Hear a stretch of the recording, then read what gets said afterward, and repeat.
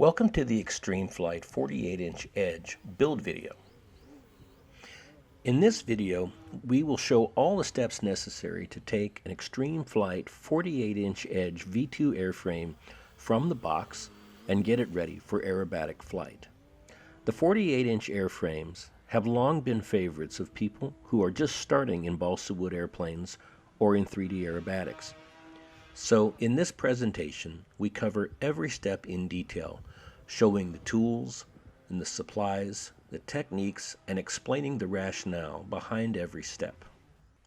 For convenience, this presentation is broken up into chapters, so you can easily find any step that you may be concentrating on at the moment.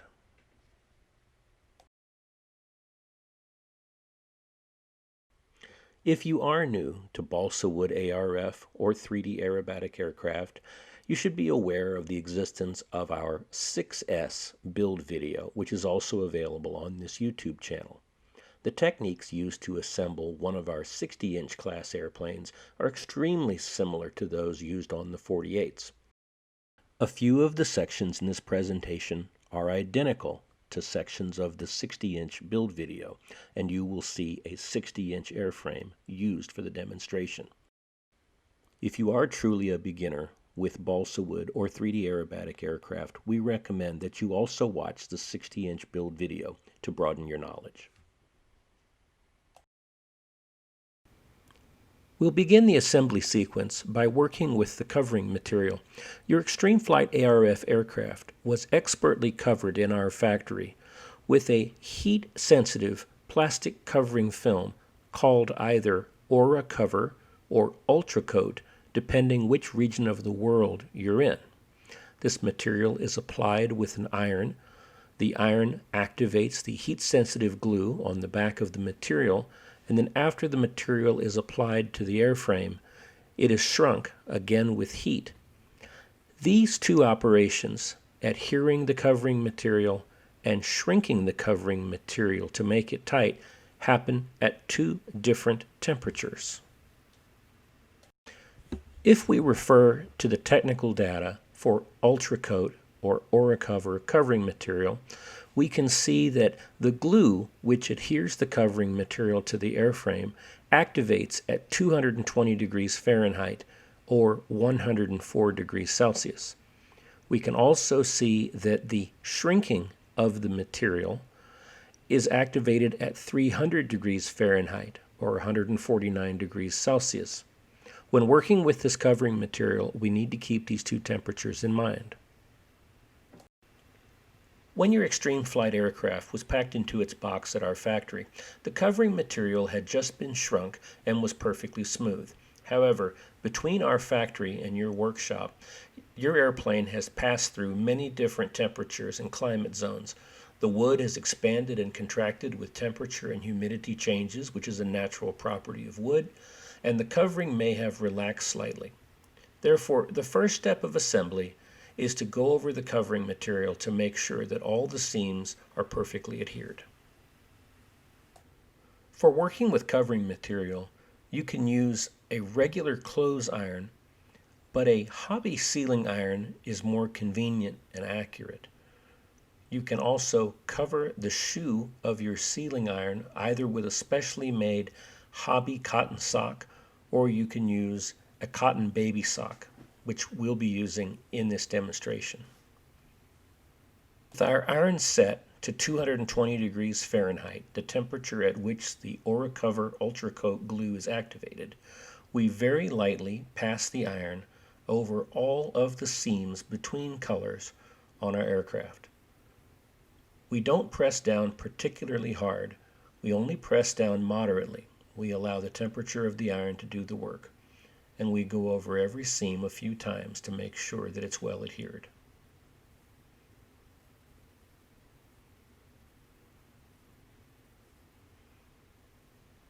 Do this for every seam between colors on your aircraft.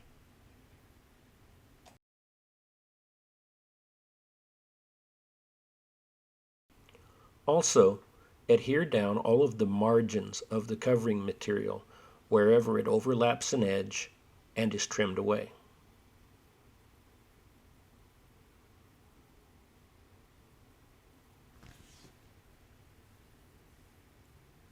When you remove your airframe from its kit box, or more likely after your first trip to the flying field, you may find wrinkles in your covering material. This is caused by the wood shrinking or changing shape because of changes in temperature and humidity, and is perfectly normal. Learning to remove wrinkles from aircraft covering material is a normal, necessary part of maintenance for your balsa wood aerobatic aircraft. The basic technique that we use for removing wrinkles from aura cover or ultracoat is to turn our iron up to the shrinking temperature of 300 degrees Fahrenheit. And then we use the iron as a heat source and allow the heat of the iron to cause the wrinkles to shrink. A few notes: when shrinking wrinkles out of covering material, do not press down into the covering material. Instead, very lightly glide the iron over the surface, putting no real pressure on the covering material. The reason for this is that if we press the iron down directly over a wrinkle before we shrink it, we'll turn the wrinkle into a crease and it will become permanent. A little patience and a light touch is necessary to get good results when shrinking your covering material.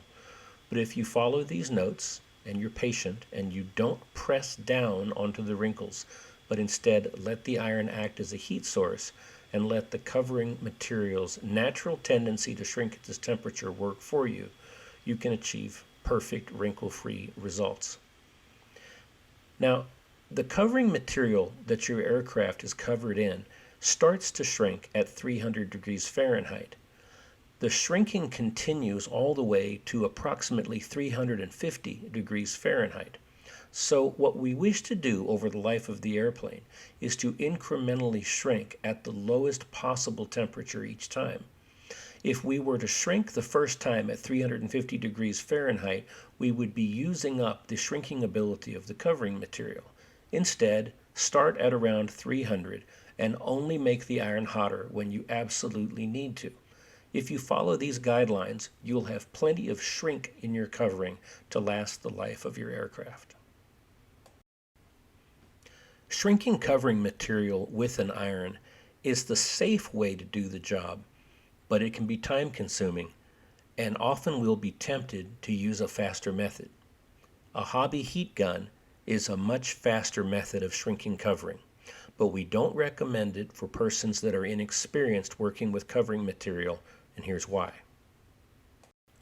A hobby heat gun outputs a tremendous amount of heat energy into a small area of covering. You must keep the heat gun in motion at all times and play it very delicately over any stripes or seams between colors. If you leave the hobby heat gun pointed, even for a few seconds, at one area, this is what happens. You have differential shrinkage of the different colors, and your stripe is no longer straight. This is going to require a time-consuming repair. We see this frequently when persons who are new with covering material attempt to use only a heat gun, and this is why we recommend using an iron, particularly on all stripes and seams. To further illustrate the point, we're going to point this hobby heat gun, which does not have nearly as much output as an industrial or paint stripping heat gun, at the covering at close range to show you how quickly the damage can be done.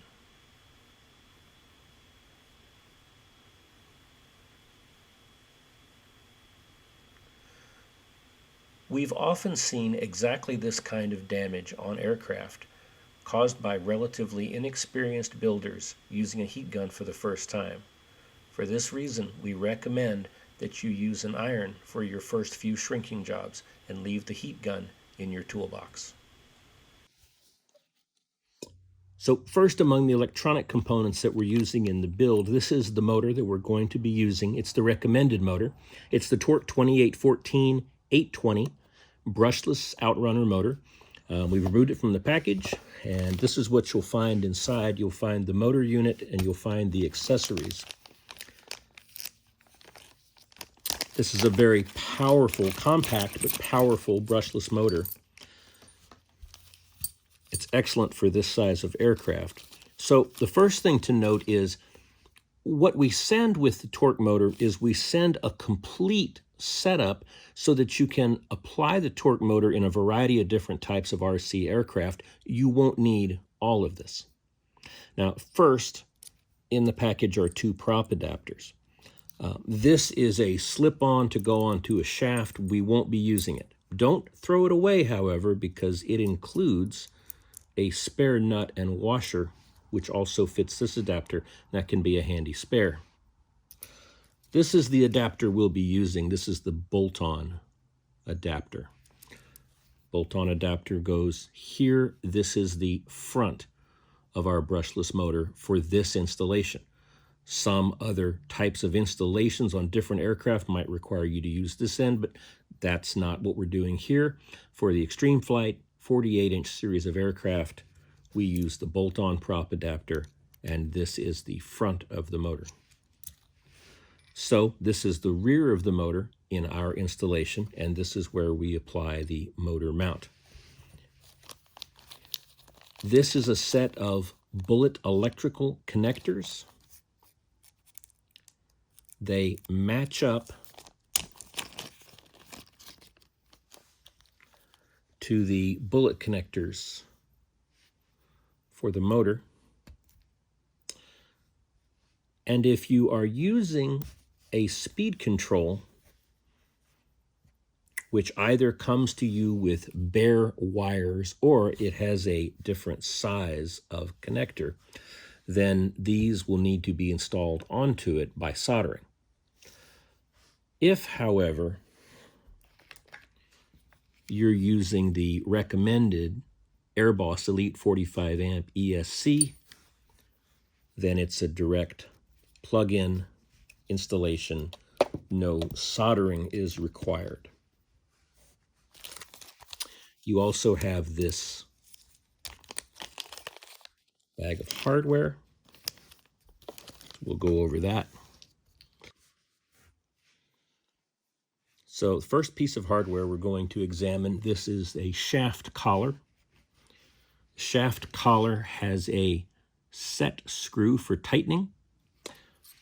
We're using a 1.5 millimeter hex driver to drive the shaft collar screw. And the collar is placed over the shaft for installing in the extreme flight 48-inch series of aircraft. And then we need to tighten this screw down to hold the collar in place. What I'm going to do on the fasteners for this motor is I'm going to give myself a little bit of insurance against them loosening. I'm going to use this product, which is called Loctite, and it's a screw locking glue. We will be using it several different places on this build. And I'm going to put a little bit of screw locking glue on the collar set screw, and then I'm going to tighten it down. A tiny set screw like this doesn't require much torque. If you apply all of your strength to it, you could damage it. Instead, I like to just use 2 fingers, and that's enough torque for that set screw. Next, we're going to apply the motor mount as shown. For that, we'll be using these countersunk Phillips head screws. So I'm going to also apply a little bit of Loctite to these screws.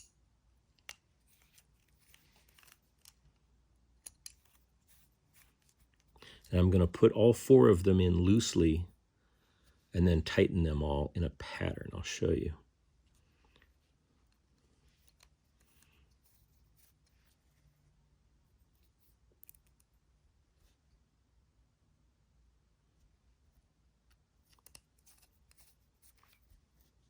So now all 4 of our motor mount screws have Loctite on them.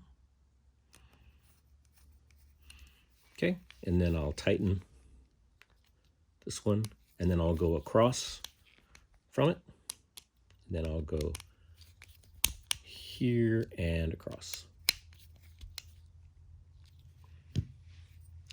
And now this is installed and it has Loctite on it, so we should get many seasons of trouble-free flying out of the mount and the collar. Now we're going to remove the prop holding nut and washer from our propeller mount. The propeller mount is installed with these screws. Screws are driven with a 2mm hex driver. We'll apply a little bit of Loctite. And here, the prop mount slides down over and envelops this machined feature on the front of the motor. So you want to feel that slide all the way on, and it seats against the front of the motor. Then again, we'll just go loosely.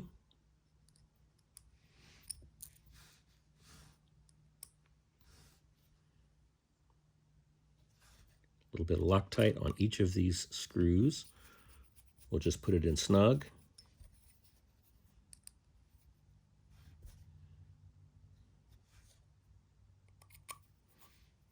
Loctite is also available in a liquid product, which works fine. I prefer to keep it in this stick form. I find it's a little neater on my bench.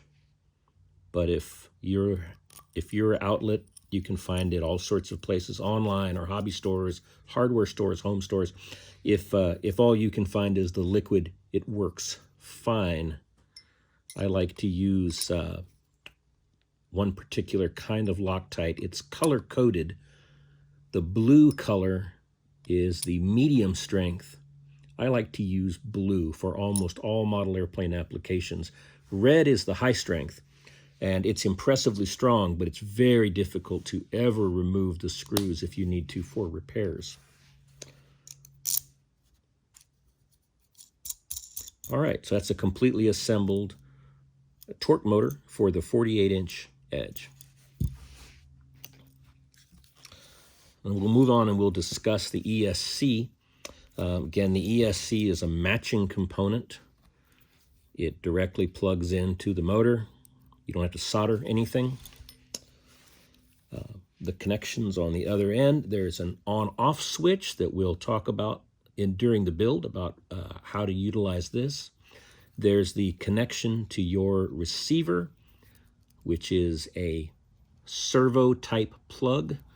Servo plugs are polarized. There's a light colored wire, which is the signal wire. There's a dark colored wire, which is the ground wire, and then there's a red power wire in the center. The light colored wire can be yellow or orange or white, but it'll be the lightest color. The dark colored wire can be black or dark gray or brown, as on this one, but that orientation, that the signal wire is the lightest colored wire and the ground wire is the darkest colored, that's universal, and we need to always respect that when we are plugging these plugs together.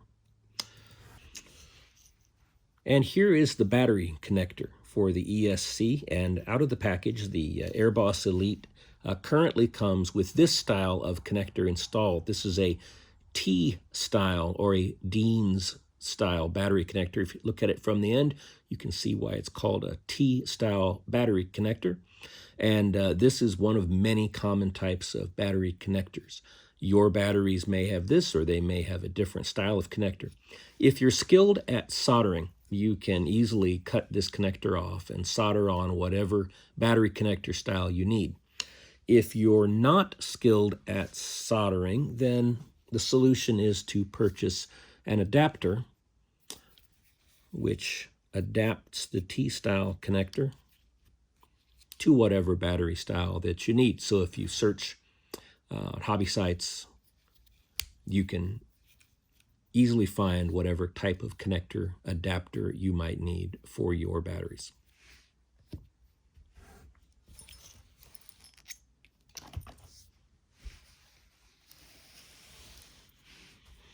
These are the servos that we'll be using in our build. This is one of our recommended servos.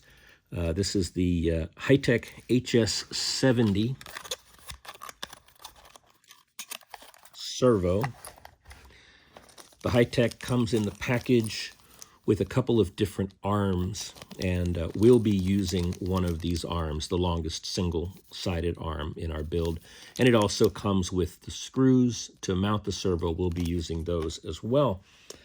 And when you take these servos out of the package, note there's a light colored wire, a dark colored wire, and a red center wire.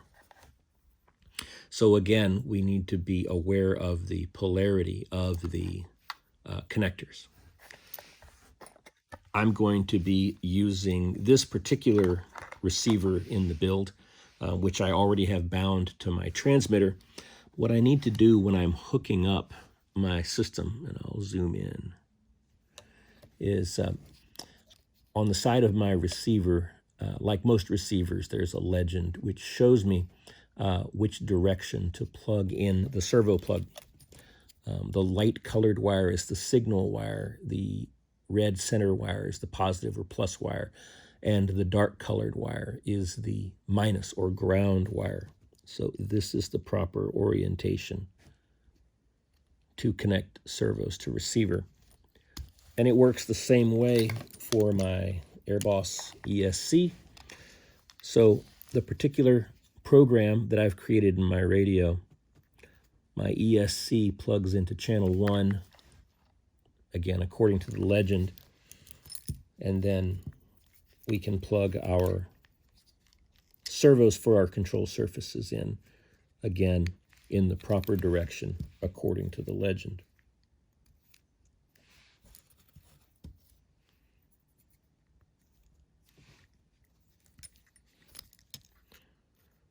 We can also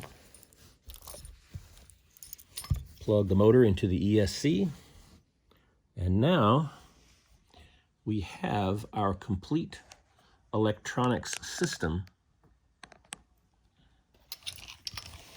that we'll be using in the aircraft.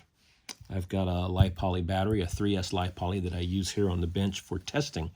And what I can do now is I can activate this system. So I've created a program in my transmitter for the Edge. And what I have right now is I have no trim and no sub-trim in this program. If I hit a trim lever, you can see there's 0 trim on any of my trim functions. I also have 0 sub-trim entered in. So when I power up the system, which I'll do now, 2 things will happen. First of all, the servos will receive a 0 signal, and they'll go to perfect center. And that's an important thing that we do before we assemble our aircraft and install the servos. We want to center the servos so we know they're in the neutral or center location. The other thing that will happen is when I plug in the battery, I'll hear the arming tones of the Airbus ESC. I'll hear a count. There'll be a number of beeps that will correspond to the number of cells of the LiPoly. This is a 3-cell battery that I'm using here for testing, so we should hear 3 beeps. Then we'll hear a low-high arming tone.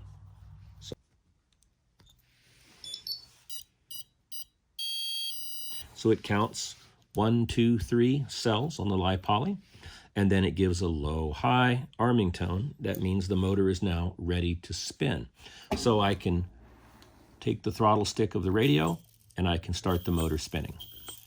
Now, the first job that we need to do is we need to determine which direction the motor is spinning. It can be a little bit difficult to see which direction it's spinning because it accelerates so quickly, but we can put our finger here on and we can feel the direction of rotation. In this case, it's spinning clockwise, looking here from the front, and that's not correct. I'm going to take a prop, a very large prop, so we can see that the props that we use, they're carved to spin in a counterclockwise direction from the front. This is how they produce thrust going forward. So we want the motor to spin in a counterclockwise direction, looking from the front. But this motor is spinning the other way. How do we reverse the direction of rotation? Well, there's two ways. If the motor and the ESC are mounted inside an aircraft and they're inside the cowl and you can't access them very easily, then go to your Airboss Elite ESC instructions, and inside there are programming instructions. And this option here allows you to reverse the direction of rotation. But because we're working on our workbench and we have access to the system, we can do it the easy way. All we need to do is swap any two of these motor connections, and that will reverse the direction of rotation of our motor.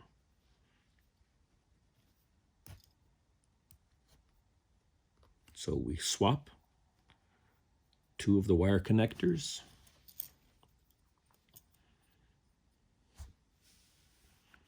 and the motor spins the other direction. Now it's spinning in a counterclockwise direction, looking here from the front of the prop adapter. The other thing that we need to do, which in fact has already happened when we applied power to the system, is we need to center the servos so that the servos are resting in their zero or center position. And all that requires is to power them with the system with no trim and no sub-trim in the transmitter. So we have no trim and no sub-trim in this transmitter. We can check our operation of our servos, make sure they're all operating. Should do that before we begin. And now what we'll do is we'll unplug the servos from the receiver before we power down.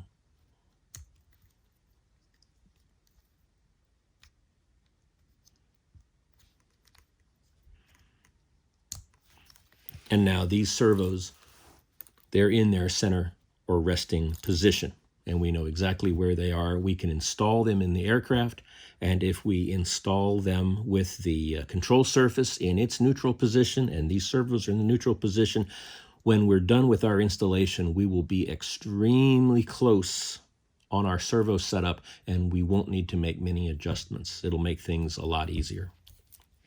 So we can now power down our system. We've verified our direction of rotation of our motor, and we've also verified that our servos are at their center position and that everything is working and functioning. So we're now ready to move on. When you receive your kit, the ailerons and the wings will be joined, but not permanently. If you hold the aileron, you can slide it off of the wing, and what you'll see is you'll see the hinges as you pull the aileron out. So let's pull this aileron out all the way. And let's collect our hinges.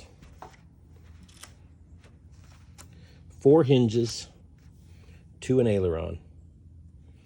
Now, during the course of assembly, if at any point you have a problem with hinge, if you lose one, then in your hardware pack, you'll find some spare hinges, usually 2. So keep that in mind. What we're going to do to install the aileron, to hinge it, we're going to use thin CA glue. It must be thin. It can't be medium or thick. Only thin works for this operation. What we're going to do is we're going to put the hinges into the aileron first. And what we want to do is we want to slide the hinges halfway in to the aileron slot.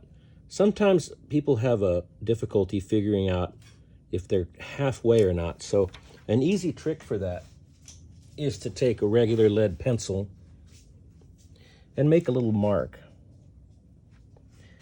at the center, the midpoint of the hinge, just like that.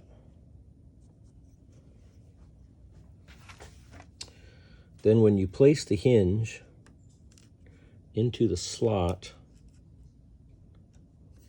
you'll be able to tell when it's exactly in the center. We also want to center the hinge left to right in the slot. And once we've done that, we're going to take our thin CA glue. And what I have on my thin CA glue is I have a long tip for applying single drops with precision. This is a bag of tips. I buy them in bulk. They're made of Teflon, and it's an extremely small orifice at the end. What that allows you to do, it allows you to very precisely place just a single drop of thin CA exactly where you want it. So what we're going to do, we have our hinge installed halfway in the center of the slot. I'm going to place one very small drop of thin CA only on one side. And I'm going to do that for all 4 hinges. And then I'm going to allow this CA to fully cure. One drop only.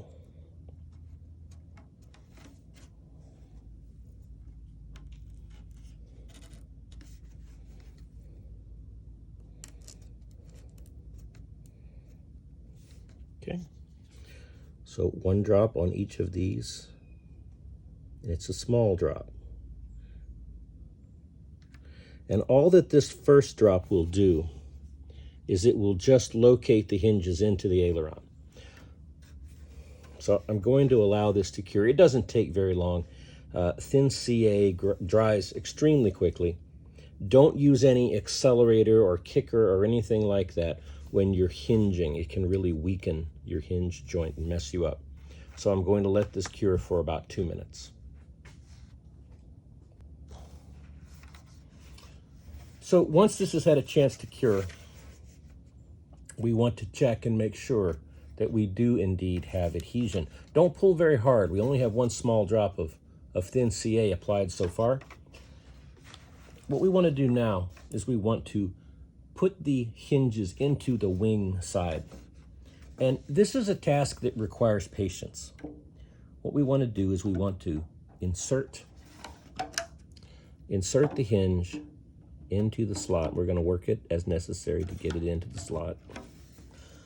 And don't get in a hurry. Don't force anything. Be patient and careful as you do this job. Now, once we have all 4 hinges into their slots, we want to look and we want to make sure that we don't have any interference on the inside edge. It's the first thing we want to check for. No interference. And we don't, in fact, have any interference. The second thing we want to check for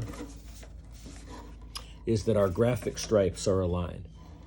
And this is more important that we not have interference. So I want to make sure that this is primary, because interference here can cause drag on our servo. It can affect the handling of the airplane. So when we're aligning these stripes, we always want to check and make sure that we haven't got any interference here. And lastly, we want to make sure that the aileron's not sticking out excessively from the end of the wing, because later we're going to put the SFG on the end of the wing, and we don't want to have any undue interference between the aileron and the SFG. So I have no interference on the inboard edge. My aileron is not excessively sticking out on the tip, and I have good alignment of my pink stripes. So now what I wish to do is I wish to flex the aileron, and I wish to make sure that I have full motion. This part of the hinge, the way that the aileron is cut, it's called a bevel. This is a bevel cut. And so I want to make sure that it moves from the upper bevel, so that the upper bevel completely closes the hinge line, all the way to the lower bevel. Okay? And I have free motion.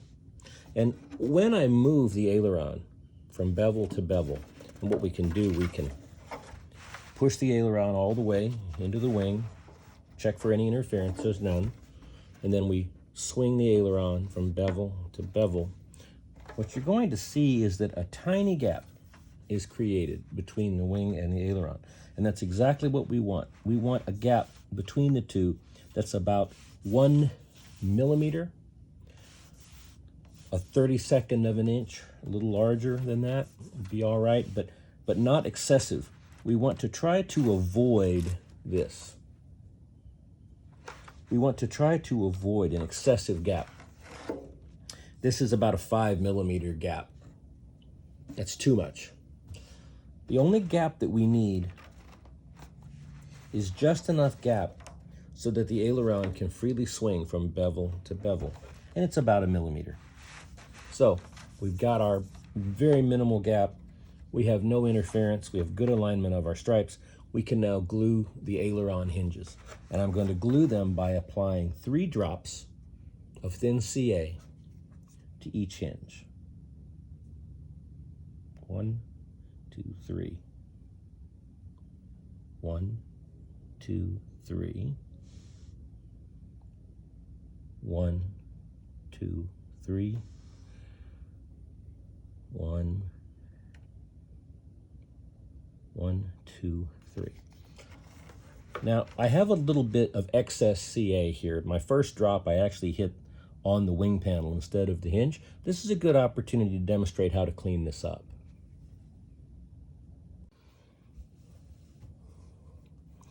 So CA glue is fantastic, but typically after a build, if you've got any drips or drops of CA on your model, as they dry, they turn a sort of a whitish color that looks really objectionable against the bright colors of your covering. So usually we want to clean the CA off of our covering. We try to clean it off when it's fresh and undried, but sometimes we won't notice a drop or a drip or a run until later when it's fully dried. So what we use for cleaning is we use a solvent called acetone. Acetone is a very quick-acting, fast-drying solvent. It is flammable. You want to be careful with it. You also want to only use it in a well-ventilated area. I have a gallon can of acetone here. It's also available in much smaller containers. And a small container of acetone on your workbench is really handy. So all we want to do to clean up spilled CA is we just want to get a little bit of acetone, a little bit, onto a paper towel. Just takes a few drops. And then we just want to wipe up any excess CA that we've spilled. And we can do this now. Later, after the build is completed, if I were to find a drop or two of CA, which is common, I can use the acetone and I can clean patiently, and I can get even dried CA off of the model. So now that our hinges have had a chance to dry, we can see that we have good motion bevel to bevel. We have a very tight gap, only about 1 millimeter, and we can grab hold of the aileron and we can pull on it, and we can see that we have good attachment. So this is a good, successful hinging. I've still got a little bit of haze of dried CA. It actually just comes off by rubbing it, so I don't need any more acetone to clean that up. But if there was any stubborn haze, I could just use the acetone to clean it. So there's a hinged wing panel.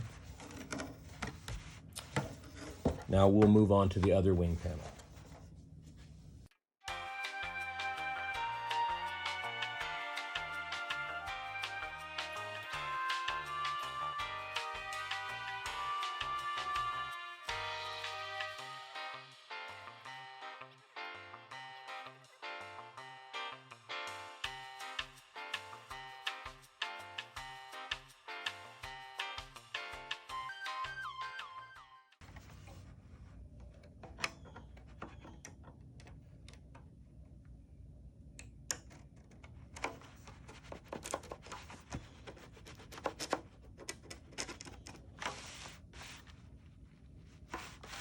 So fitting this aileron into the wing panel, I'm experiencing just a little bit of resistance on this hinge.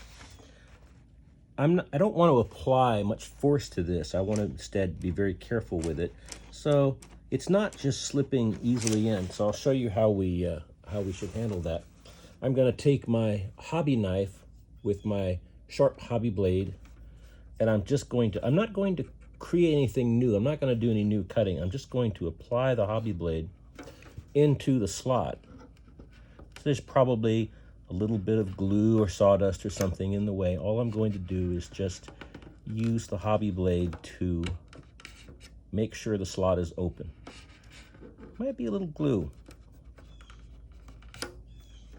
All right, now we'll repeat this process.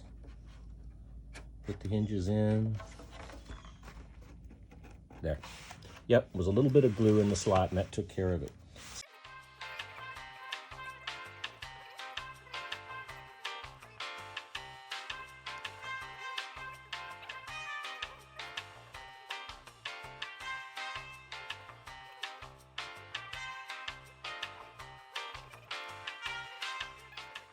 Now both of our ailerons are hinged, we can go on to the next step. The next step is to install the aileron control horns into the ailerons. So if we go to our hardware pack that came with our airplane, again, we'll go to this particular bag. This bag has the control horns in it. I'm going to empty this bag out.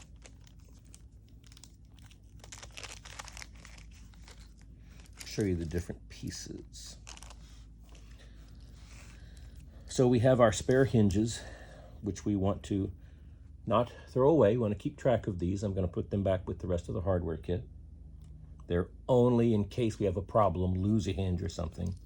We have our clear plastic washers. We'll put those away. Don't need them at the moment. We have our control horns. And we have two servo arms. I'm going to put the servo arms away for right now. These control horns, and I'll zoom in. These control horns are made from a glass fiber based material commonly called G10. They're CNC cut from a sheet of cured G10. And G10 is a very strong, resilient material. It's perfect. It's lightweight. It also takes glue readily. You can drill precision holes in it. G10 is great material for this. But G10 is shiny, as you can see. And the shiny surface of G10 is not a great gluing surface. Now, what we're going to do eventually is we're going to take our G10 horn and we're going to glue it into our ailerons and our rudder and our elevator. This is how we'll be moving these surfaces. So in order to get a good glue bond, we need to remove this shiny surface on the G10.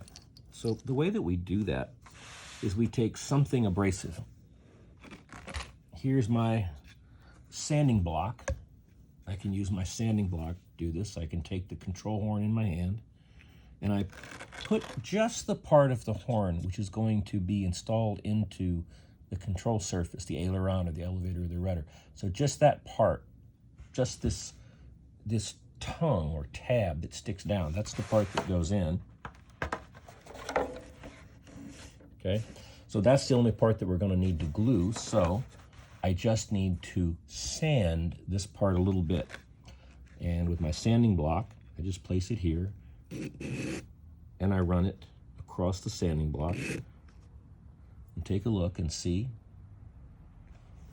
Make sure we focus in on this so we can see those scratches. It's exactly what I want. I think one more time and I'll have the entire gluing surface dulled.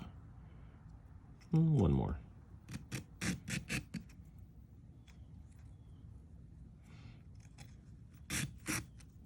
There. So this is what I want. I want the gluing area to be scratched and dulled. Now I don't want to take off any excess material. I just want to scratch or dull the material that's there. So I need to do both sides. One side's done, the other side's still shiny. So I'm going to do the shiny side. There you go. It's exactly what I want. So that's all that it takes. And I'm going to do all 4 of my control horns right now.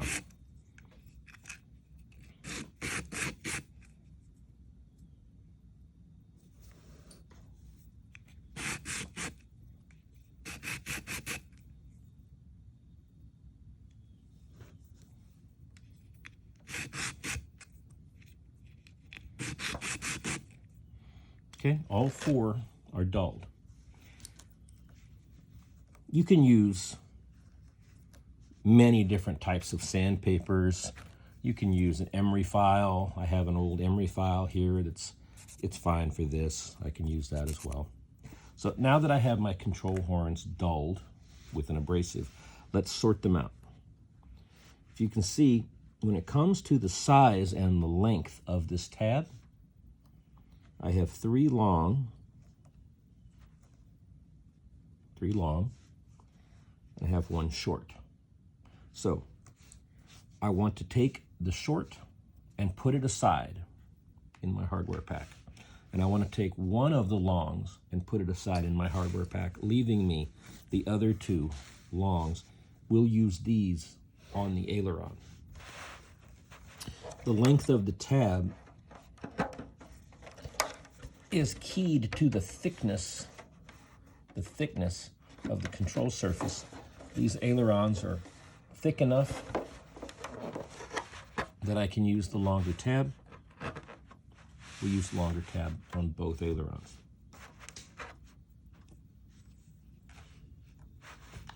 So now we want to install the control horns into the aileron. And to do this, we're going to use medium or thick CA glue. Either will work, medium or thick. What we need to do to install the horn into the aileron, first we want to test fit the horn. We want to push the horn down into the aileron. We want to make sure that it seats all the way in. The horn has this shoulder design. You can see these shoulders. And we want these shoulders to seat all the way down into the wood of the wing.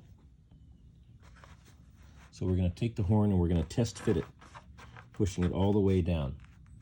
And when the horn is fully installed all the way down into the aileron, what you'll notice is that the hole, there's a drilled hole in the end of the horn, will be over the hinge line. The horn curves forward to place this bolted connection over the line of the hinge. Once we have a successful test fitting, the horn goes all the way in. If we did experience any interference, it's probably just a little bit of sawdust or something in the slot. We can use our hobby knife to clean it out if necessary. Not necessary in this case. What we're going to do then is we're going to take our medium or thick CA glue. In this case, I'm going to use medium. And we're going to place several drops of glue directly into the slot, just like that. Then we're going to take the glue and apply it to the horn and the tab area that we've sanded. And immediately we're going to put the horn into the slot and seat it all the way down. It's fully seated. And then once we've done that, we're going to set this aside to dry. Again, don't recommend using any kickers or accelerants on this joint. Kickers and accelerants don't make the joint stronger. They might make the joint cure faster, but they make the joint weaker in most cases. So we're going to set it aside, and we'll do the other aileron.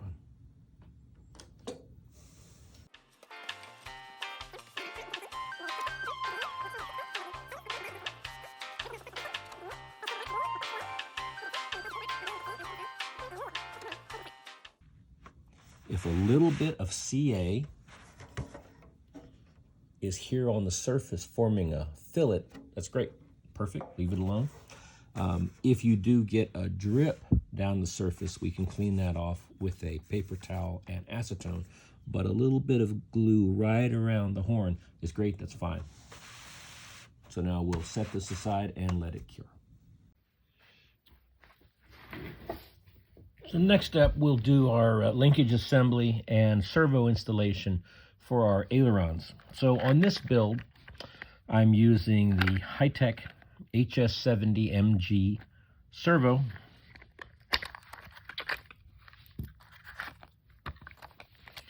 And on the ailerons, I'm going to be using this longer single-sided arm that comes in the package.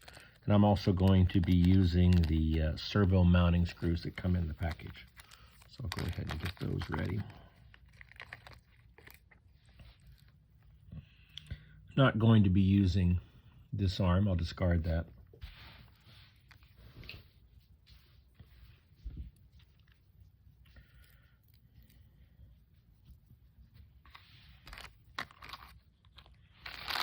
We'll also need to assemble our push rods. So we're going to open this hardware bag.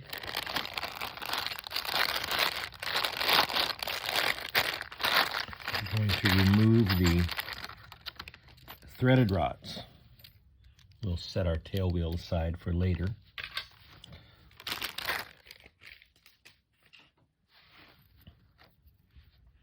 So we'll zoom in.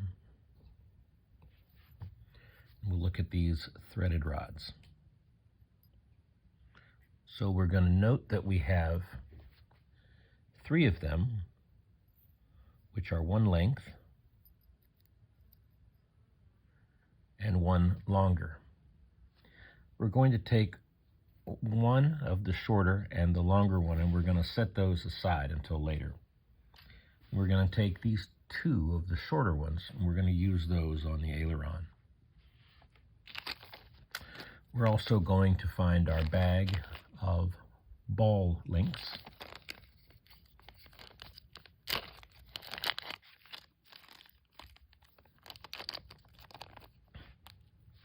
And for the ailerons, we're going to need 4 of the ball links, leaving 4. We'll set those aside. Now, the threaded rods, we'll zoom in as much as possible. All right, let's examine these threaded rods. I'll bring the magnifier in. We'll examine one of the rods. Focus on it. So as you can see, the rods have threads like a screw. And these threads screw into the holes in the end of the nylon ball link. So what we do is we take the rod and we screw it in to the nylon ball link. Now, a couple of different ways to do this. The most basic way is to take a pair of pliers, hold the rod, and then screw the ball link onto the rod.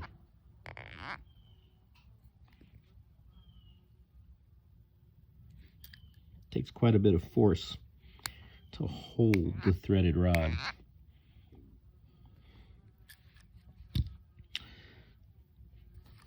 And we can flip this around. And we want to make sure that we get several screw threads into the ball link. We'll count them going in. It's half a turn, 1, half, 2, half, 3, half, 4, half, 5, half, 6, half, 7, starting to slip a little bit.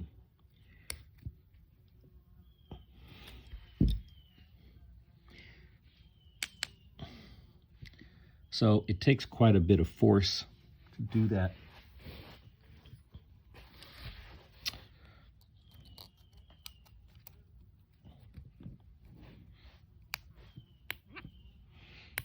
And I'd like to get it to about 10 turns.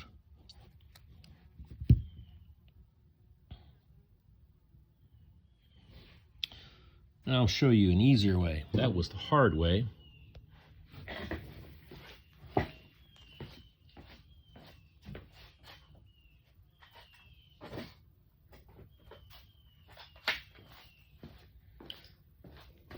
Going to use a cordless drill. Going to chuck the threaded rod into the drill.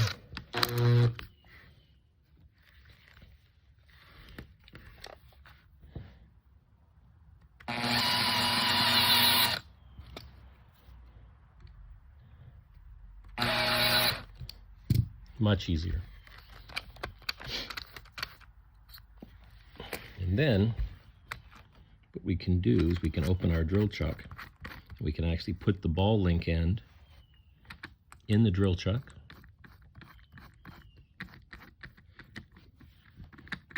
Tighten that down. And also use it on this side.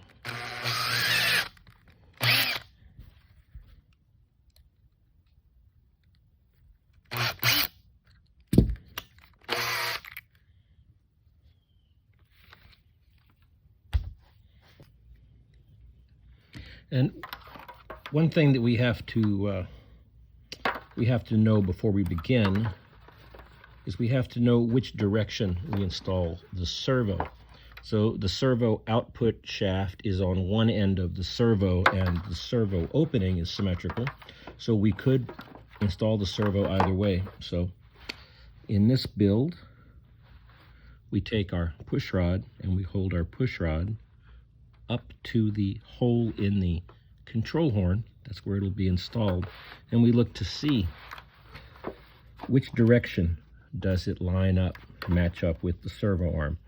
And in this case, it lines up with the servo being with the output shaft toward the rear.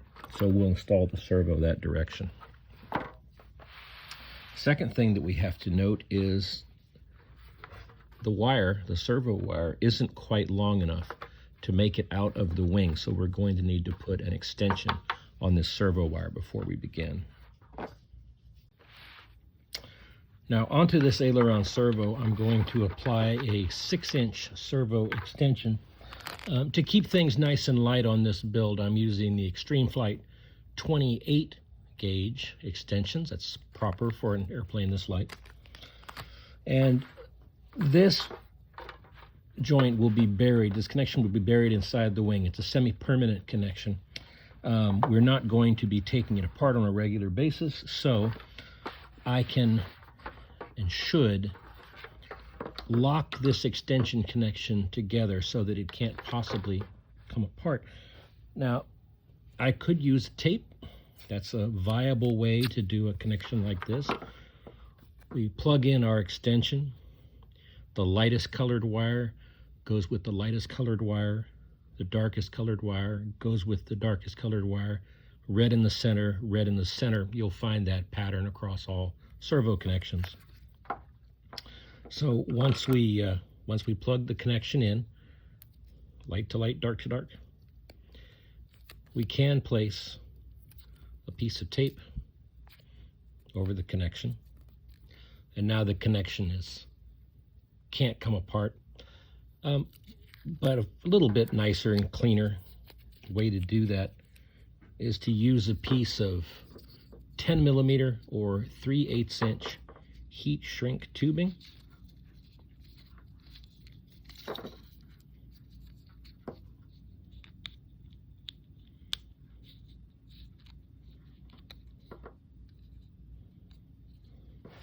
I'm going to use a heat gun to shrink the tubing.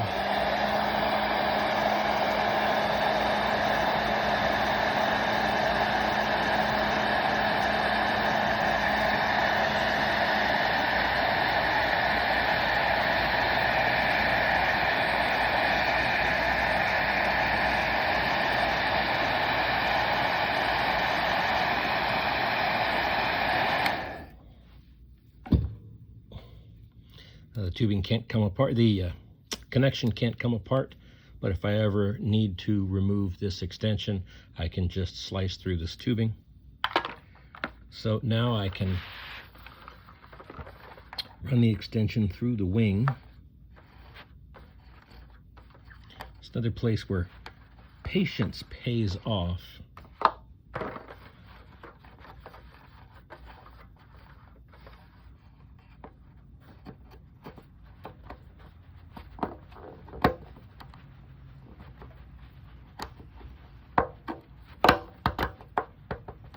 Okay, so now I need to pull the extension wire out of this port in the wing. It's couple of ways to do this.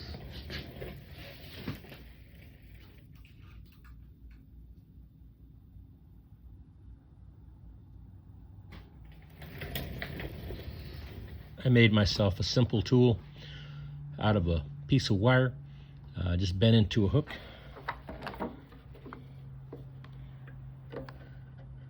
And I'll use that to grasp the wire and pull it through the wing.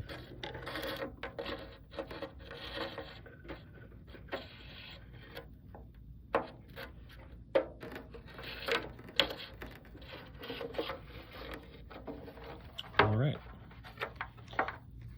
right.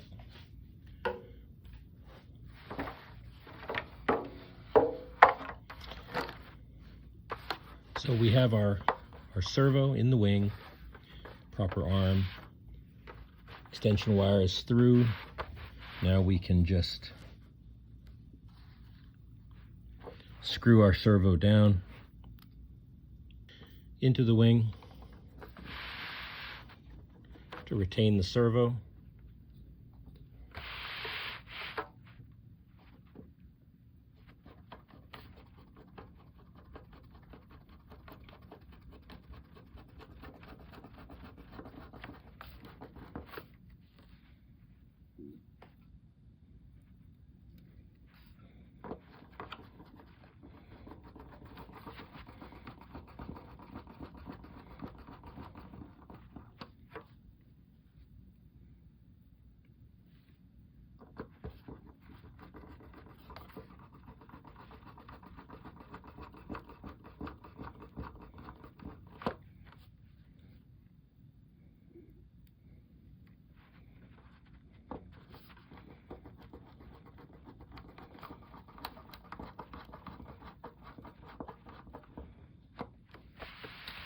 Right.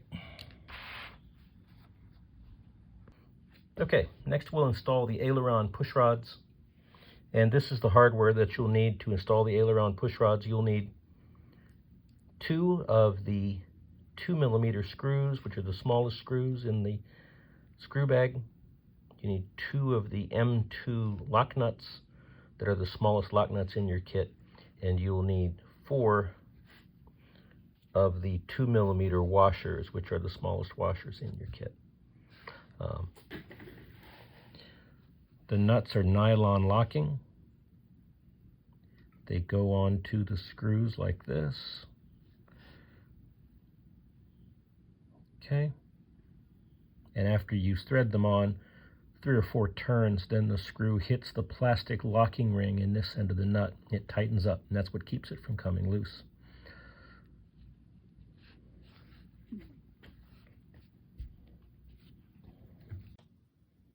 Okay, now we need to finish setting the length of our push rods.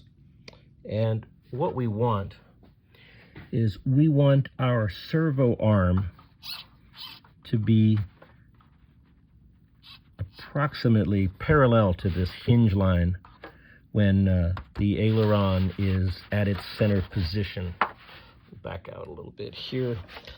So the first thing we're going to do is we're going to lock the aileron in its center position, and we do this with a little piece of painter's tape. This is low tack or low stickiness masking tape so that it doesn't do any damage to painted surfaces or anything like that. So we're going to just use this piece of painter's tape to hold the aileron in its neutral position. Now we don't have to worry about that. We know the aileron will stay at neutral. So now we can set the length of our push rod accurately with our servo arm parallel to our hinge line. We'll set that parallel. And now we want the length from the hole in this ball link to the hole in this ball link to correspond to the length, the distance from the hole here to the outermost hole here in this servo arm. So let's see how close we are. Looks like we're about 3 millimeters short. So what I'll do, I'll just unscrew this. I'll grab my pliers, and I'll unscrew this ball link.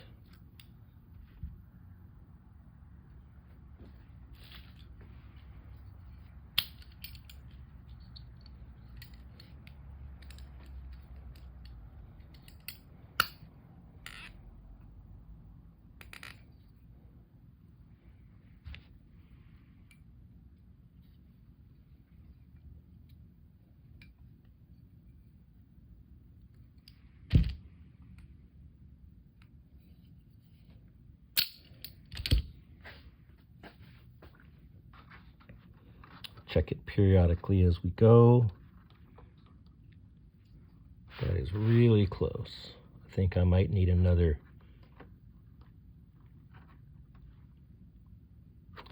I need to go back half of a turn. I think that will do it. Yeah.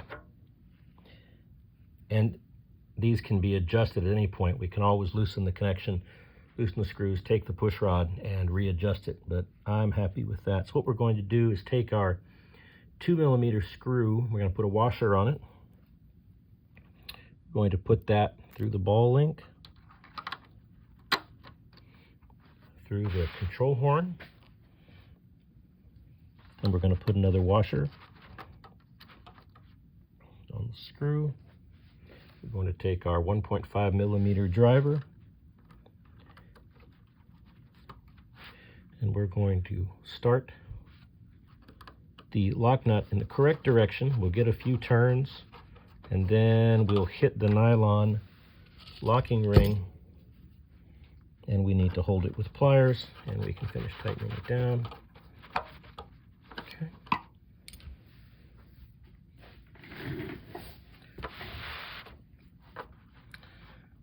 And now we do the same. Have a 2mm screw with a washer.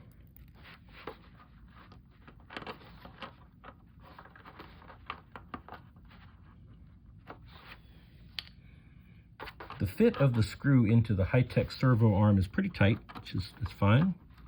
So we'll use our driver. We'll start this through the servo arm.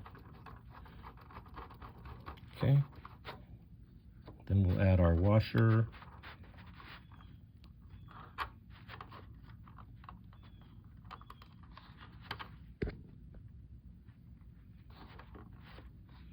And our locking nut.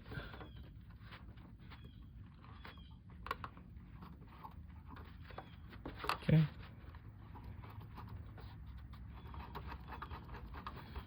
We get a few threads, and then we hit the locking portion, so we have to hold it with pliers. And then we tighten this down. All right. So there's the completed linkage.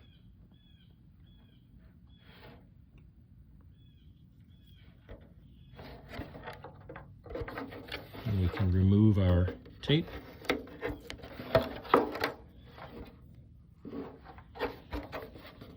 We can check for free motion, and we have good motion.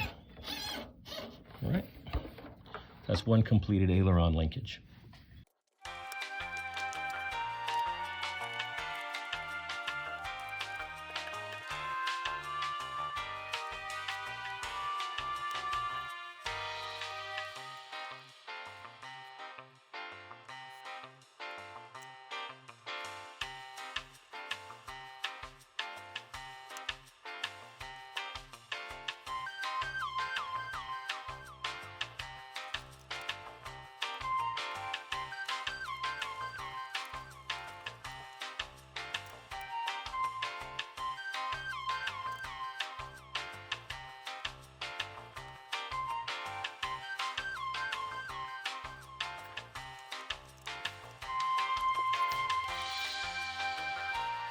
Now both sides are done.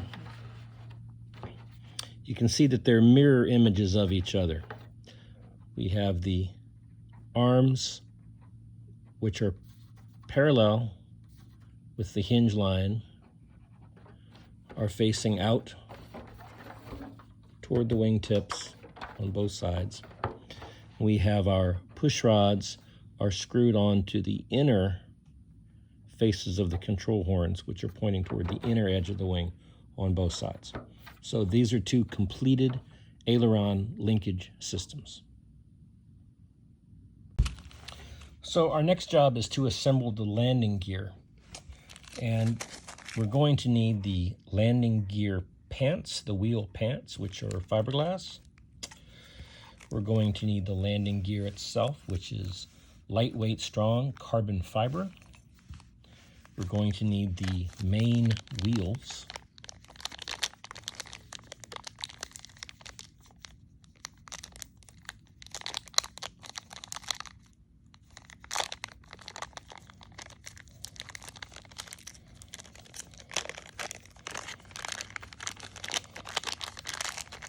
Which have lightweight foam rubber tires over a lightweight plastic wheel hub. We also need some pieces out of our bright plated hardware pack.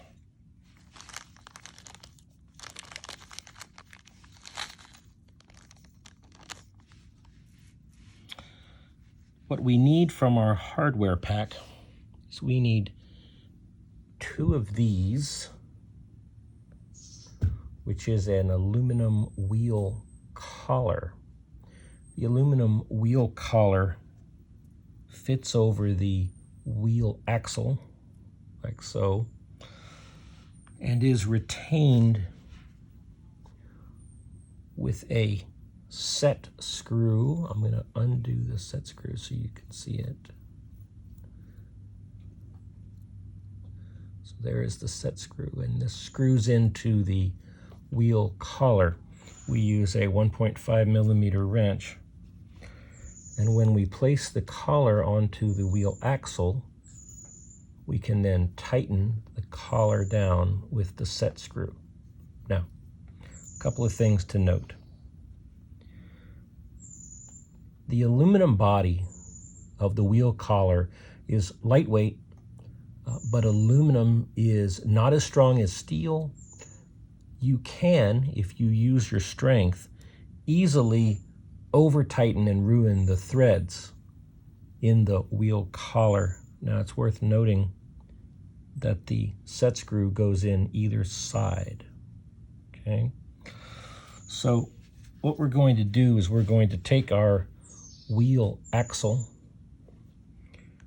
we're going to put the wheel over it, and we're going to take our wheel collar, we're going to place it on the axle. But we're going to do a few things here at this point. Now, if we just tighten this down, which we certainly can, we can just tighten this down. It takes about 2 fingers to apply all the necessary torque. We can tighten that down.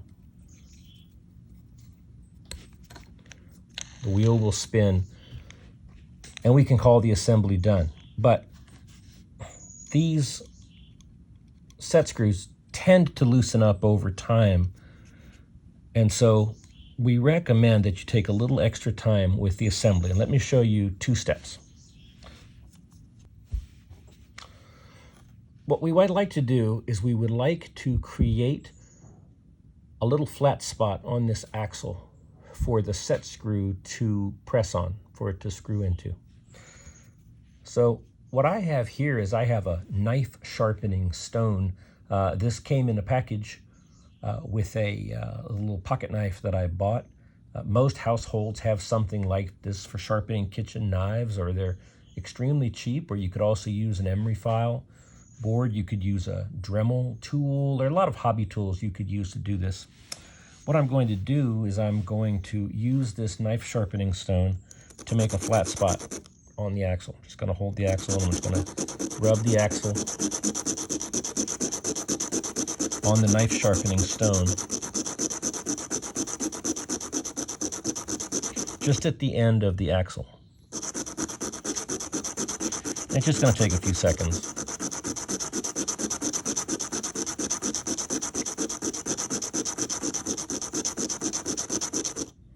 Okay. We'll focus in.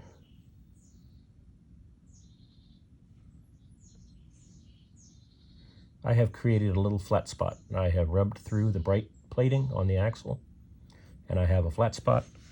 And now I can place the wheel collar so that the set screw tightens down onto that flat spot. That's the first step. The second step to make a better assembly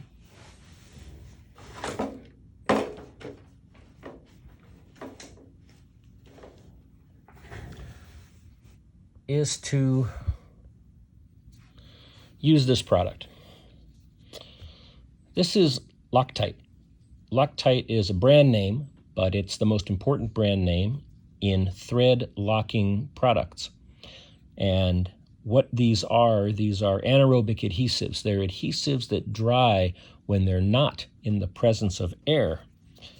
So you place the Loctite adhesive, just like glue, onto a screw. This is Loctite stick, which is a semi-solid form. You can also get liquid. I like the stick. I like to keep this on my workbench. I'm going to take a little bit of the Loctite adhesive and I'm going to place it on my set screw. And I'm going to thread this into the wheel collar. And now, because I have a flat spot on the axle, and I have a little bit of Loctite adhesive on the set screw, when I place the wheel collar and I tighten the set screw down onto that flat spot, again, about 2 fingers worth of torque is all that it takes. Doing those extra 2 steps, making the flat spot on the axle and applying some Loctite. Now, this assembly will last seasons and seasons. This is the recommended way of doing it. It's a little extra work to do those 2 steps, and you do have to get yourself some Loctite, but we're going to be using it again in the build.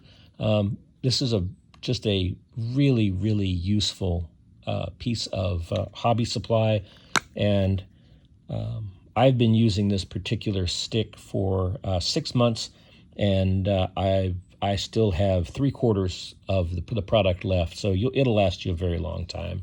It ends up being a good value.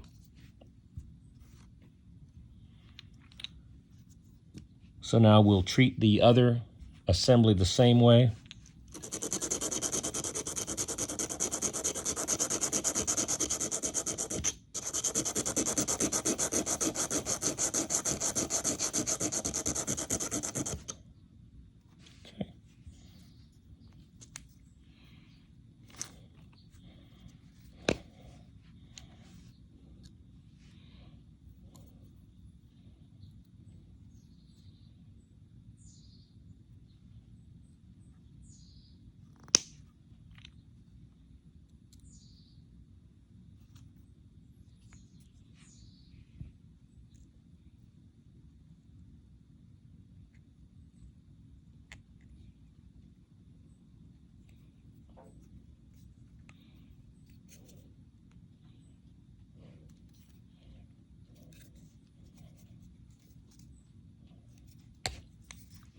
Okay, check each assembly to make sure it rolls freely. All right, that's 2 completed wheel and axle assemblies. Now, from our Bright hardware pack, we also need a couple of washers that fit over the threaded end of the axle.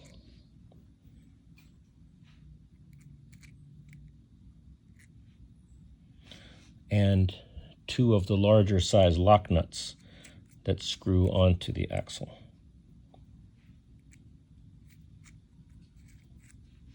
Okay, and we can reserve the rest of our hardware for later steps.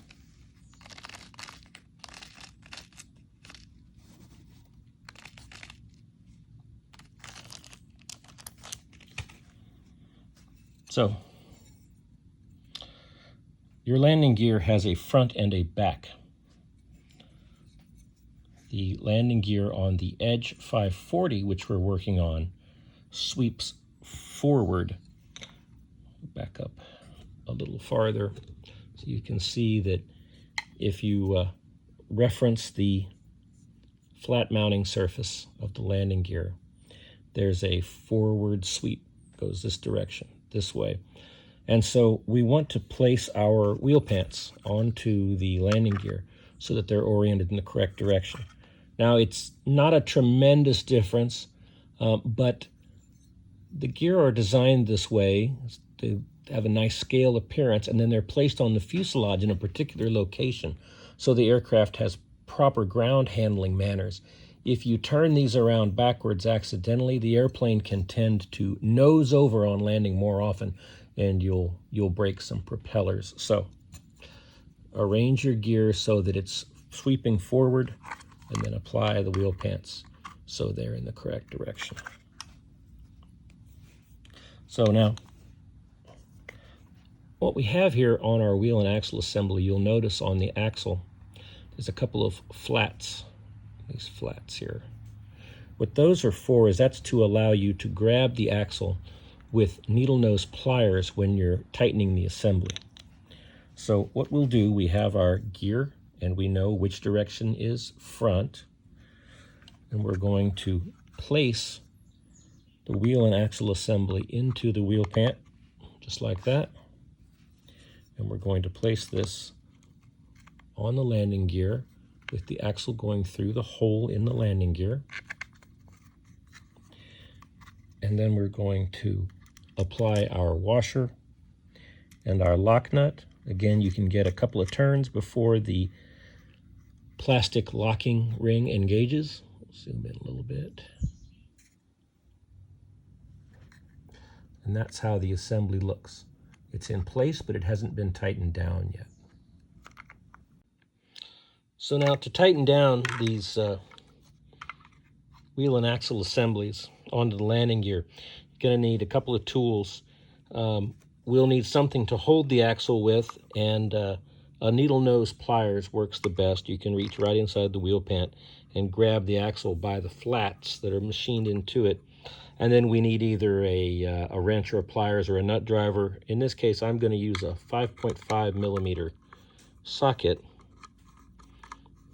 I'm just going to apply the torque directly to the socket, and then I'll apply the handle. But I'm not going to use the entire handle. I might snap the axle off. I'm just going to use the head here. A couple of fingers.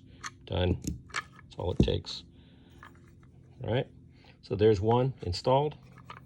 And we'll do the same on the other side.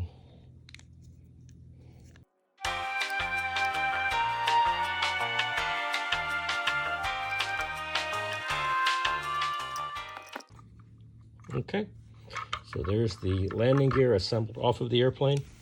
And next we'll install it onto the airplane. Okay, so I have the fuselage for the 48-inch edge here on the Extreme Flight airplane stand. Stand really makes this easier, so I recommend it. We need to find, in our hardware packs, we need to find two 3mm screws that are medium in length. You've got several different sizes of M3 screws in your kit. They are short, medium, and long. Short, medium, and long. We need two medium. And to put the landing gear onto the fuselage, we're going to use our 2.5 millimeter driver to drive these screws. We're going to place a little bit of Loctite onto the screws. And then we're going to screw the landing gear onto the fuselage, just as shown.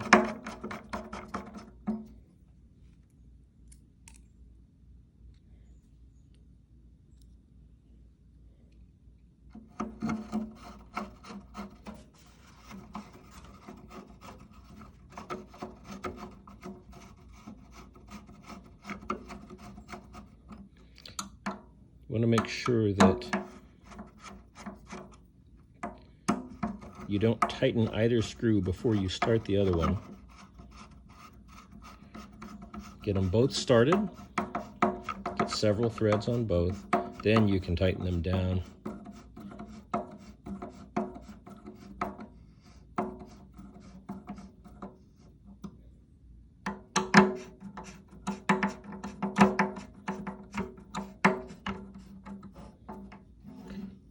Okay, it doesn't take much strength to tighten these down. 3 fingers on this one is enough. With the Loctite, it'll stay nice and tight.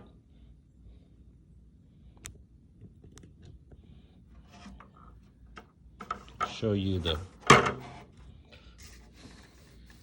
get a good view of the direction of installation, that the landing gear sweeps slightly forward. The wheel is pushed slightly forward of the mounting point. That's the correct direction for your landing gear on this particular model. All right, we can move on now to installing the power system. This is the recommended motor, the Torque 2814 820 brushless outrunner motor. See, we've installed the X mount on one side of the motor, along with the collar over the shaft, and we've used blue Loctite on these 4 screws and our set screw on our collar. And we've installed the prop adapter on this side using blue Loctite on these 4 screws. We're also installing the Airbus Elite 45 amp ESC. Now, before we install the motor, let's take a moment, show you something that might confuse you. When you look at the firewall or the motor mounting plate on your airplane, this plate is not perpendicular to the long axis of the airplane. It's not 90 degrees to the rest of the airplane. It's offset, it's twisted to the right, 2.5 degrees. You'll find this on virtually every prop-powered airplane model. This is a feature also found on a lot of full-scale airplanes because our prop rotates this direction, and that causes a variety of aerodynamic and physical effects on the airplane.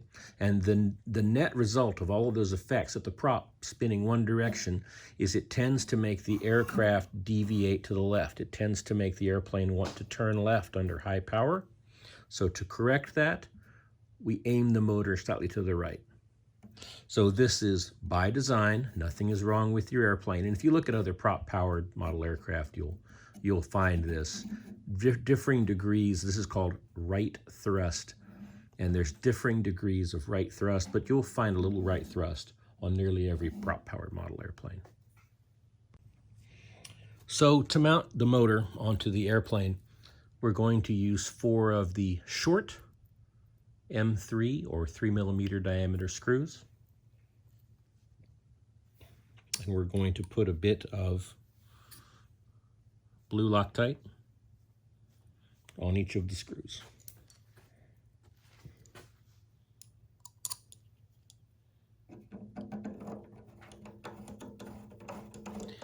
Now I'm mounting the motor with the motor wires facing down, coming out the bottom of the assembly. I'm doing that because we're going to eventually mount the speed control onto the bottom of the motor box. That'll make for a nice clean installation.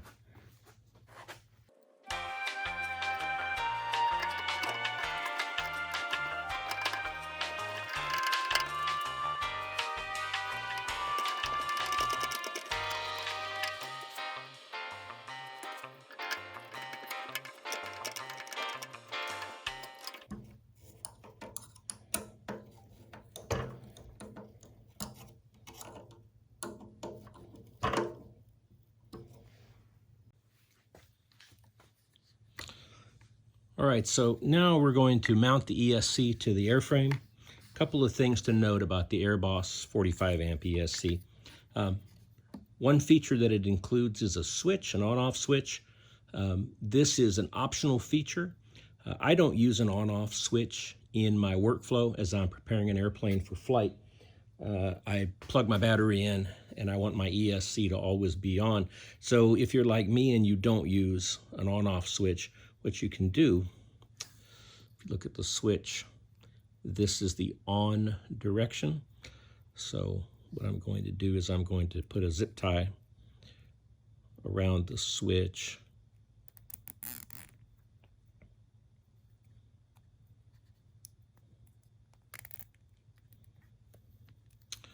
Just like so, to lock it in the on position. I'll just trim that zip tie off after I've pulled it tight. Okay. So now my on-off switch is tied securely in the always-on position. Next, what I'm going to do, I'm going to use a scrap of some rubber foam. And I'm going to place that between the ESC and the airframe to protect the ESC a little bit.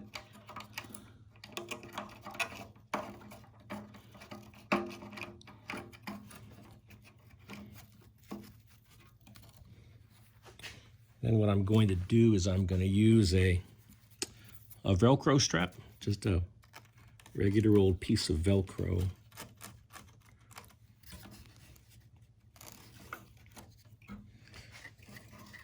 I'm going to use these provided slots.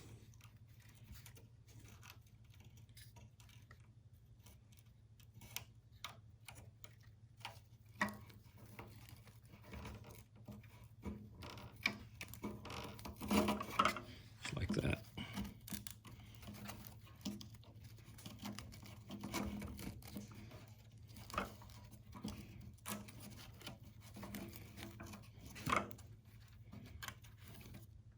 And I'm just going to buckle the ESC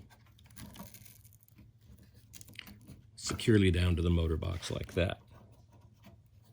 And then I don't want the wires to flop around, so I'm going to tie the wires down securely to the motor box to keep them out of the way.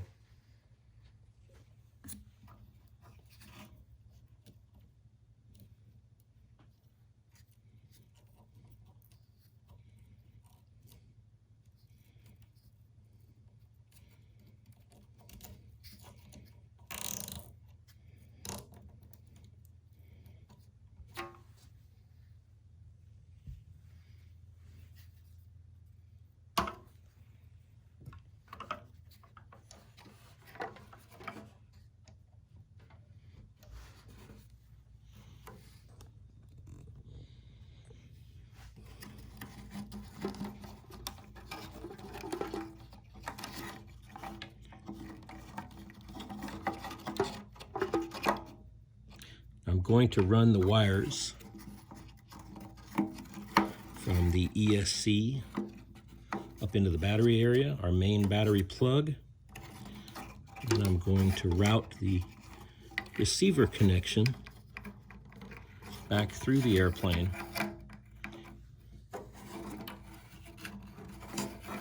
to the receiver area.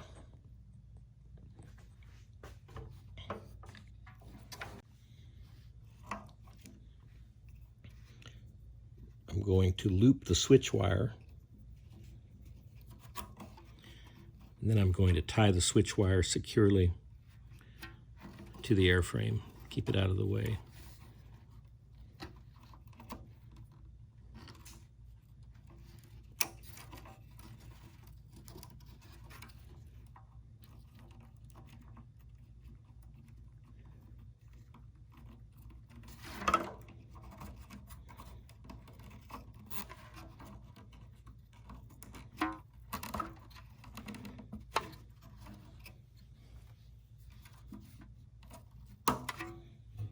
Okay, we have our ESC installed.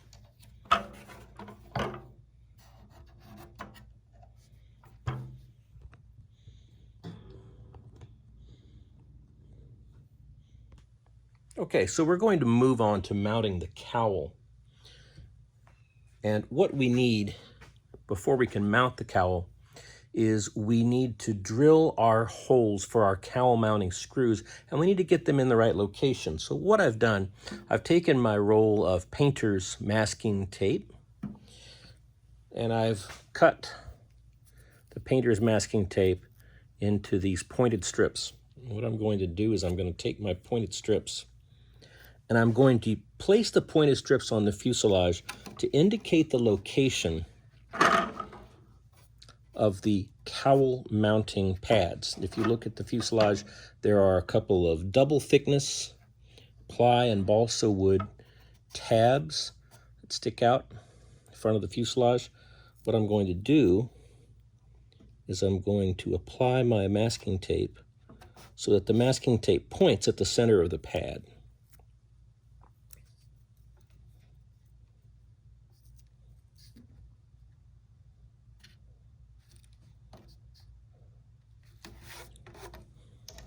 And do that on all 4 cowl mounting tabs.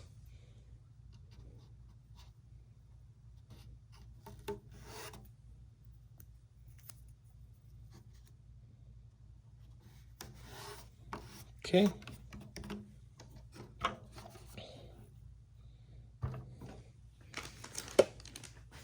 I'm going to take my spinner for the airplane.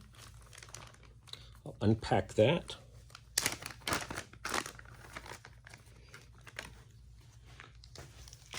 Note here that we have the spinner and back plate. We also have a bag of hardware. In the bag of hardware, what you'll find is you'll find 2 spare mounting screws for the spinner cone. You'll also find 2 spacer rings. What we want to do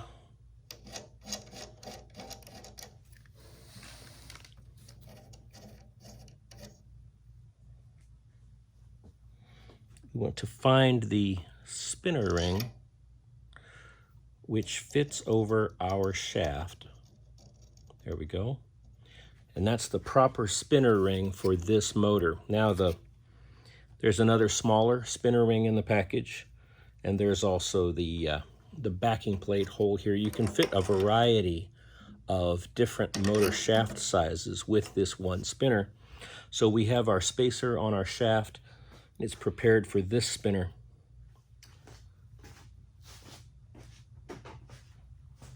I also have my prop, which in this case is the APC 12x6 prop.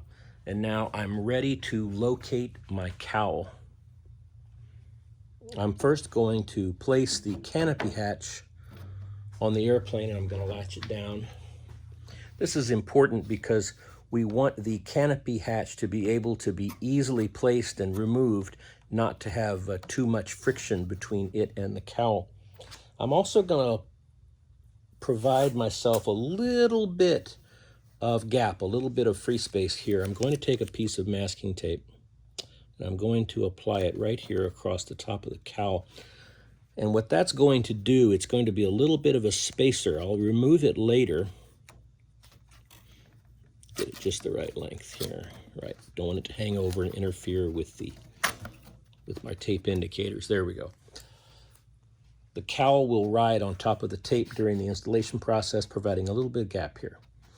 Now, once we have the tape points on our cowl mounting tabs, we have our piece of tape on top of the hatch, and we have our spinner and prop pieces ready, then we can move on to actually mounting the cowl. What we want to do is take our fingernail and peel up the points, the tape points.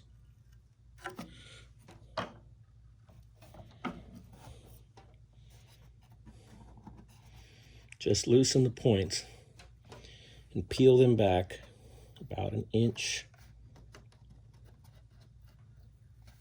Okay.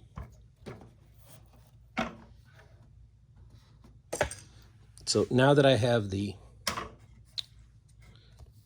tape points peeled back and I have my tape in place on top of my hatch, I can now apply the cowl,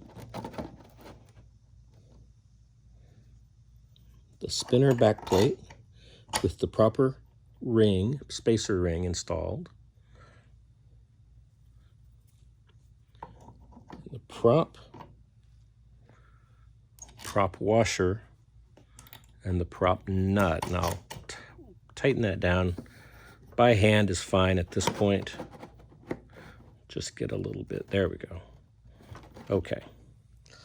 And what I want to do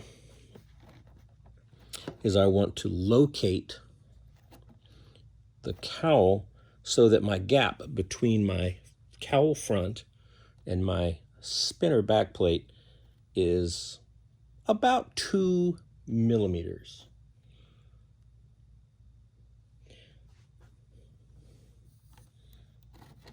Can use this piece of a zip tie to demonstrate. Zip tie is about 2.5 millimeters wide. That would work fine. This is not a high tolerance part of your project. If your gap is 3 or 4 millimeters, if your gap is 1.5 millimeters, the plane will fly exactly the same. But what we don't want it to be touching, because then the back plate of the spinner will rub on the cowl. It'll rub the paint off and it'll start eating into the fiberglass. And if it's too large, it doesn't look very good. So what we want is about 2 millimeters. So what I'm going to do is I'm going to screw my spinner cone onto the spinner back plate.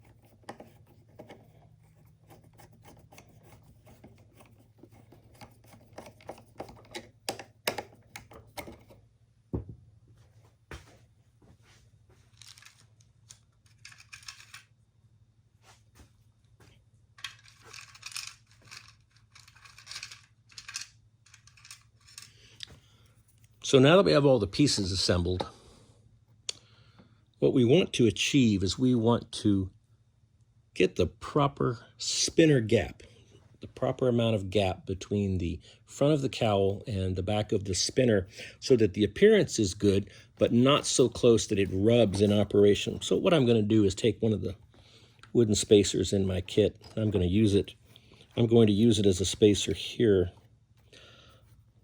That's about the amount of spinner gap that I want.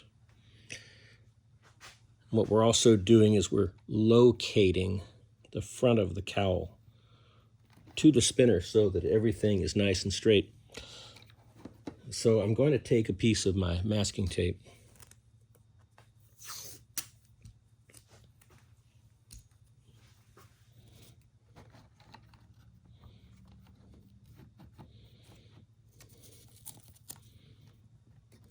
I'm going to get this lined up, and I'm going to put tape across it.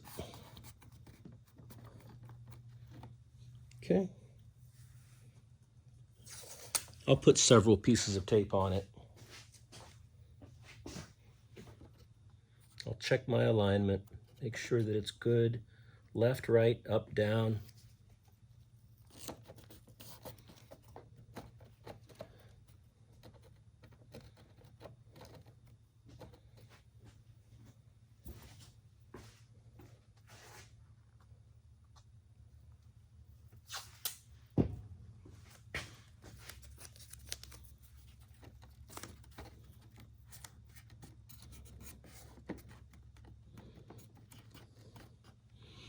All right, I've got 3 pieces of masking tape. I've got my cowl in alignment. What I'm going to do now, move the camera so you can see this clearly. I'm going to press these tape spears forward. I'll do it on the other side as well.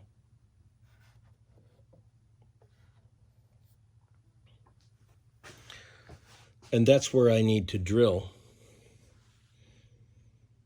right here at the end of the tape spears is where I need to drill, so that once I put a screw in the holes that I make, we'll be screwing into those pads.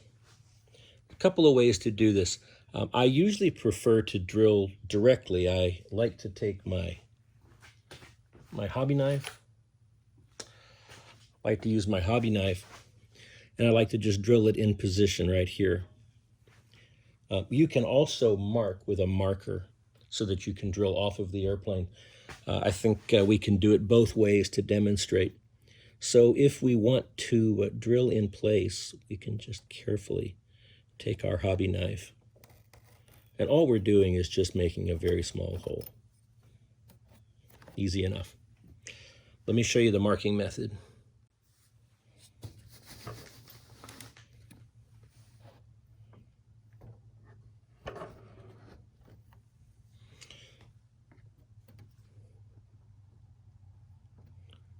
So if I want to mark the cowl and drill it off of the airplane, I can't use a black marker on this particular cowl. On many cowls I could, but I'm going to use a silver marker. Just going to make a dot here at the end of the tape spear. I'll do the same thing on this side.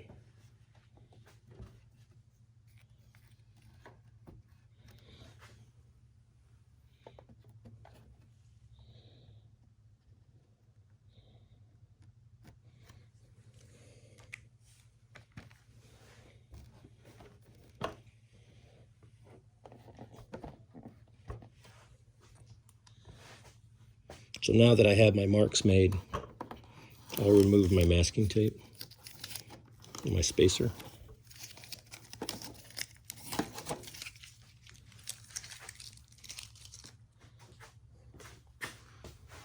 And we'll disassemble in reverse order.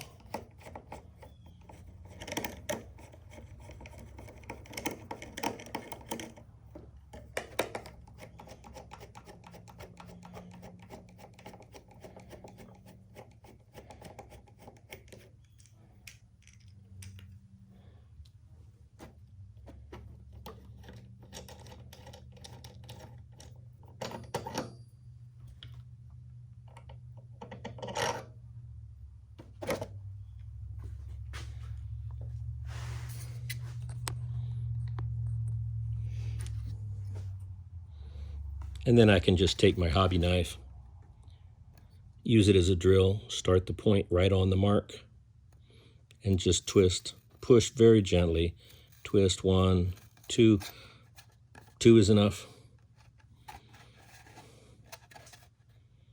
Start right on the dot, push in, twist, 1, 2, 3, there you go, about 4 is enough for that one. I'm not pushing hard at all. Start on the dot, work it back and forth a little, 1, 2 is enough there. So I've made 4 very small holes in the cowl. All right, so now that we have our pilot holes drilled on our cowl in the correct location, so we know that our cowl mounting screws are going to impact those pads, what I want to do is I want to install the cowl for real with the screws. So we've got a couple of steps to do here. First thing I want to do is I want to just take the cowl and want to hold the cowl in the right relationship to the spinner and the airplane. So I want to make sure that everything lines up properly. And I want to have about 2 millimeters of clearance between the spinner and the cowl. The airplane will fly the same with a lot of gap, but it just doesn't look very nice. If we want to be proud of our assembly job on our aircraft, we take a little extra time here and we'll get a good tight gap. The other thing we want is we want to line up the paint stripes. There's a little bit of clearance here. We have a little bit of adjustment. So we want to make sure that we line up those stripes, right? So this is how we want our cowl to be installed on our aircraft.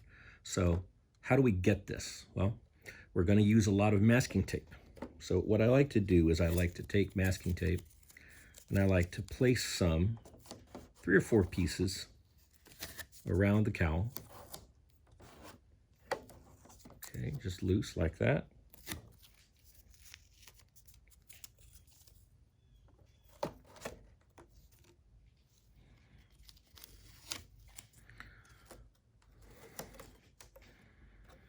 What I'm going to do is I'm going to hold this front of the cowl in right relation to the spinner backplate, And then I'm going to line up my paint stripes, take as much time as needed to get good alignment, and then I'm just going to burnish down these pieces of tape.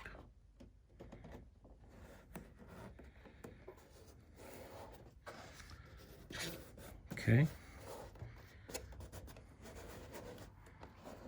Okay, there's the first part of holding the cowl. Now, when I let go of this, there's still a little bit of motion here, so I'm going to take a little more tape, and I'm going to tape the spinner to the cowl in perfect alignment.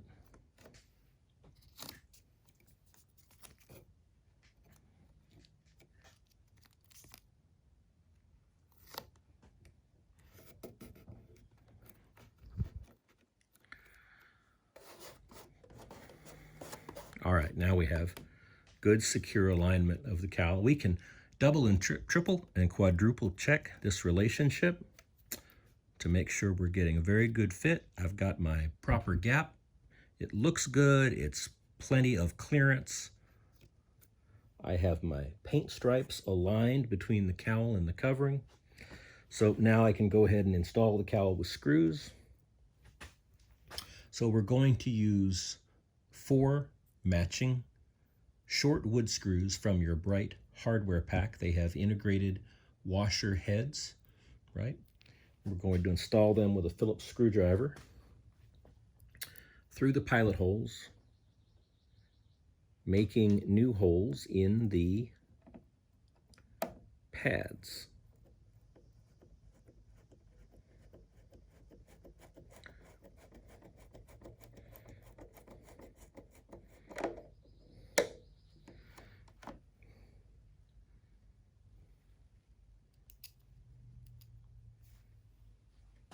And periodically we can double check our fit, make sure nothing's slipped or moved. We can go on installing these wood screws.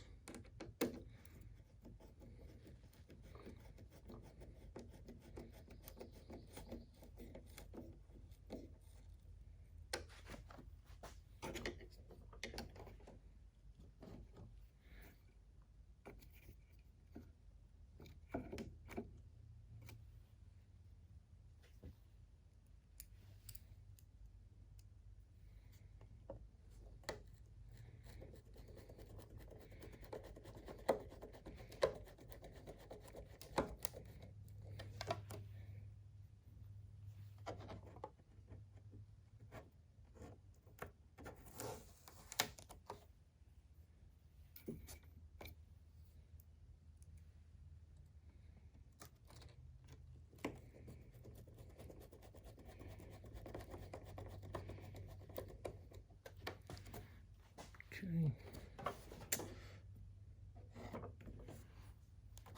All right, so we have our screws installed. We can check our fit. It remains good. We can get rid of all this tape now.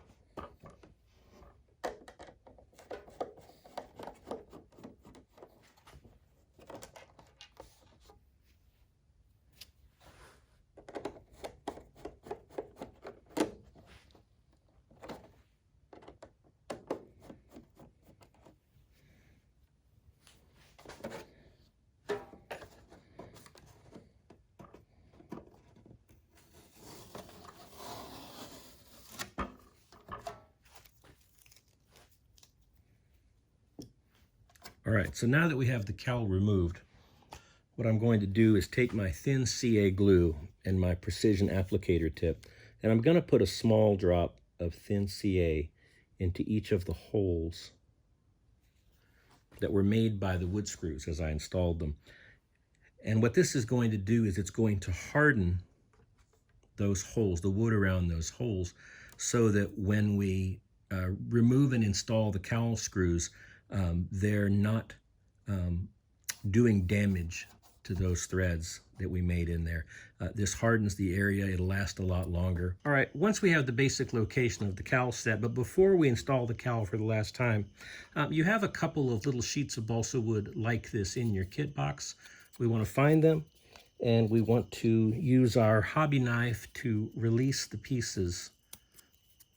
They're laser cut, but a few little tabs are left so they don't get lost. And we want to release the pieces from the balsa wood sheet like that. And when we've released all the pieces, they assemble into flow directors for cooling air so that we get a good flow of cooling air over our motor. And the way that they assemble is just like this. Tabs into slots. I'm going to use a little medium CA to assemble mine. Just going to put a little medium CA right there on the joint interface.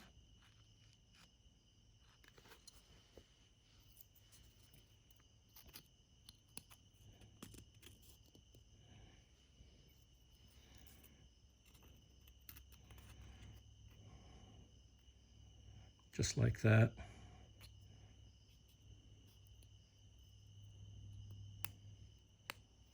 I'll hit it with a little accelerator.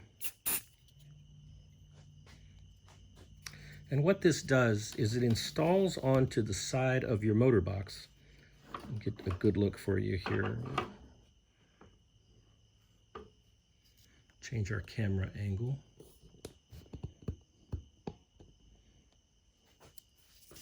There's a tooth here on the balsa wood side piece that hooks over this stiffener.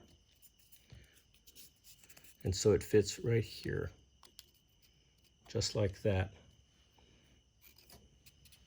So again, I'm going to use a little bit of medium CA.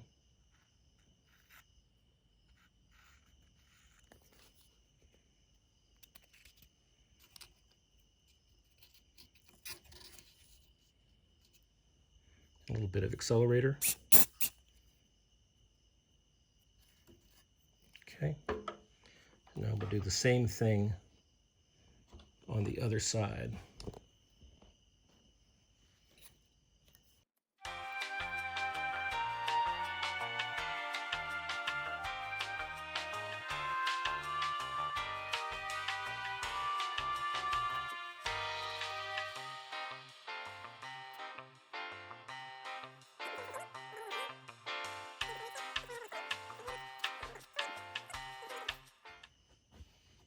Now we need to check our cowl fit.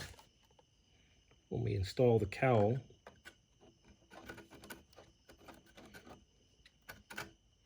if we have any interference, we can easily trim the flow directors, and I do need to trim mine a little bit. I'm going to use my sanding block. I'm going to round off the top corner.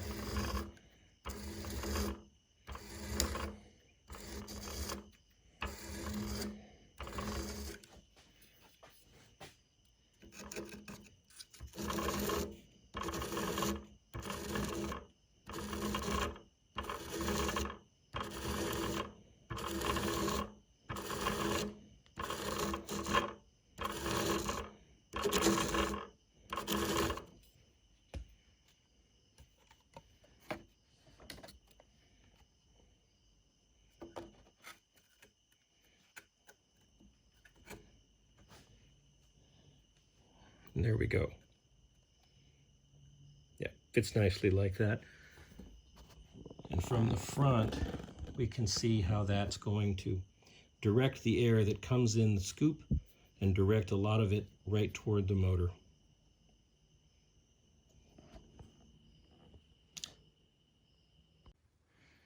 All right, now we'll move on to the tail of the airplane. And before we start doing work on it, let's just identify some of the parts here.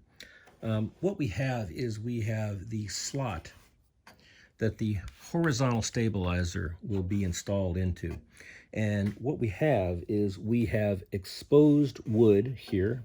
We'll zoom in, we can see that even more clearly.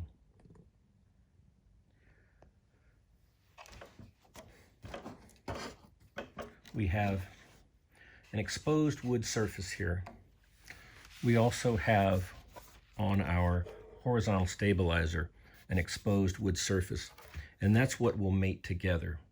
And we'll use CA glue to do that. We also have some guide pieces here at the front of the slot, and these made up to this slot, this tooth here, these teeth made up with this slot. And what this does for us is it makes the installation of the horizontal stabilizer self-aligning. Back out.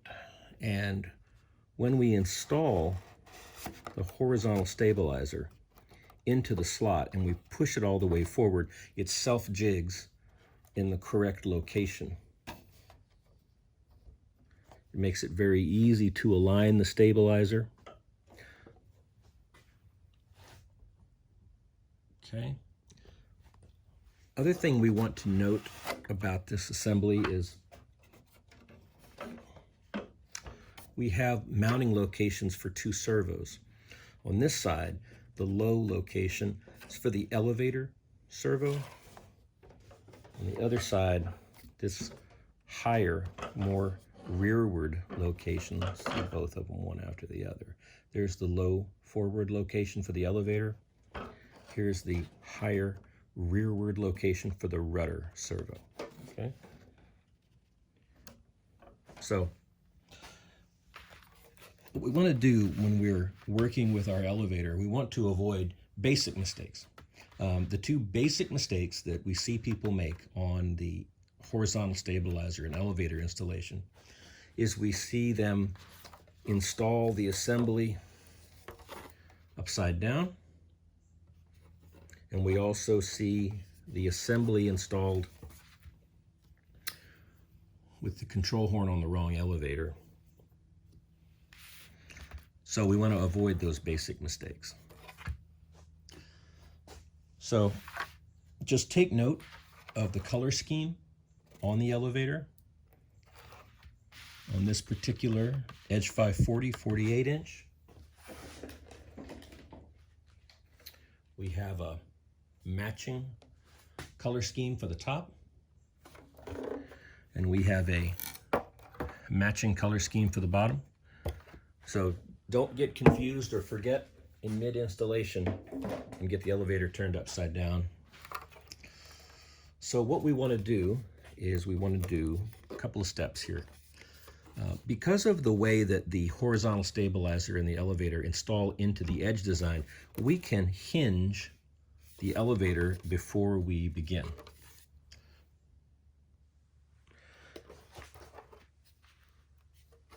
So the horizontal stabilizer and elevator arrive to you with the hinges in place. We want to go ahead and separate these pieces so that we can place the hinges perfectly right where we want them.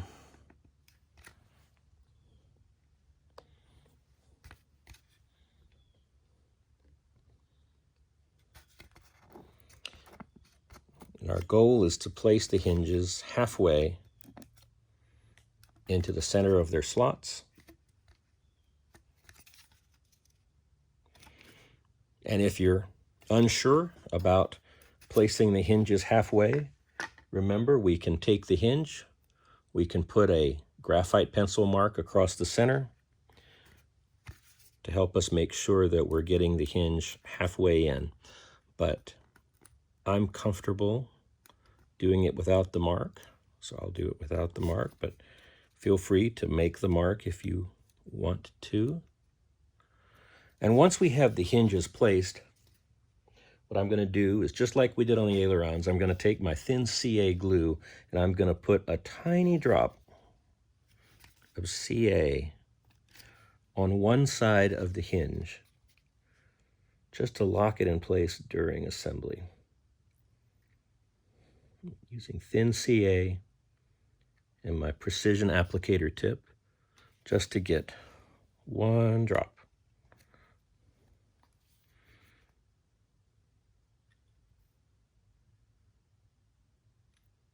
All right, now we'll let that cure. Take a few minutes at most. Thin CA cures almost instantaneously under good conditions.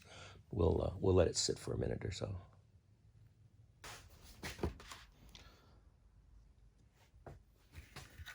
All right, so once our glue is cured, we'll give these hinges a little tug, a soft tug, just to make sure that we do have them secured well enough to proceed with the installation so we won't knock them out of alignment.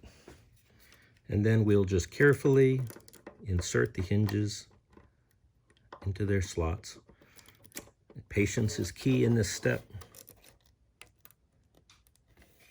Make sure all 4 hinges go into the slot. And we'll just patiently work the hinges into the slots. And once we have that done, we want to stop and we want to look at the alignment of the horizontal stabilizer in the elevator. Now, first of all, the horizontal stabilizer should freely swing on the elevator with no binding. Okay. Second thing is our hinge gap should be small. 1 millimeter is plenty.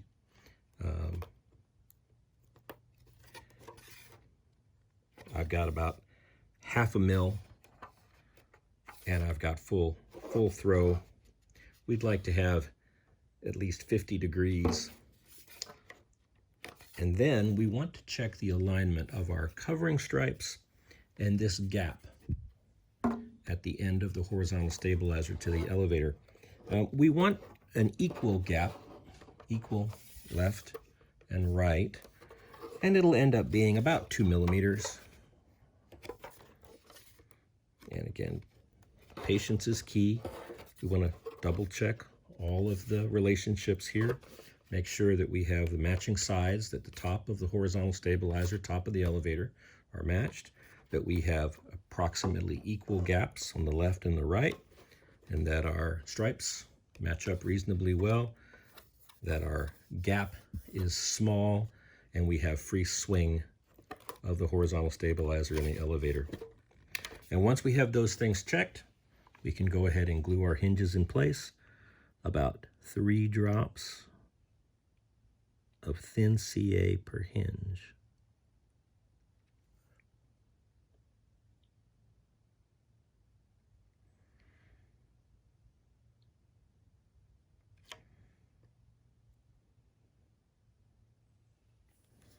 Okay. And this needs to cure for a few minutes.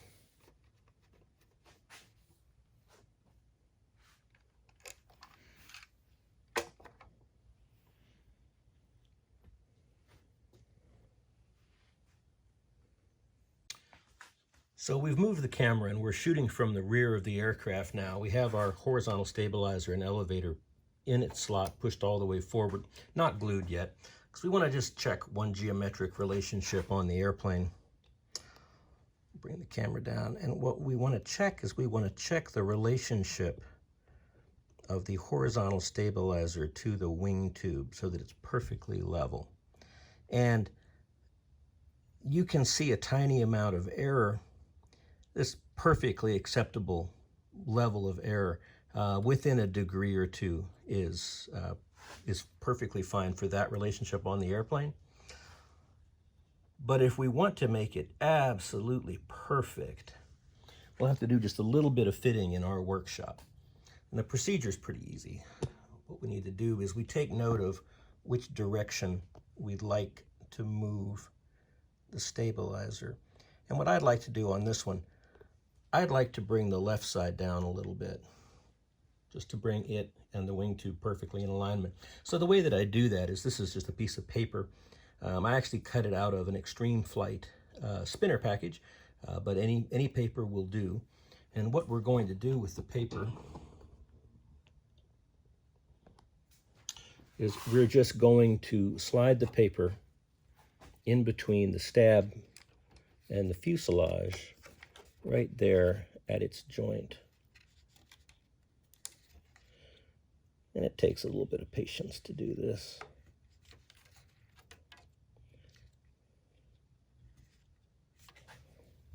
I'm going to use the tip of my hobby knife to help things along. There we go.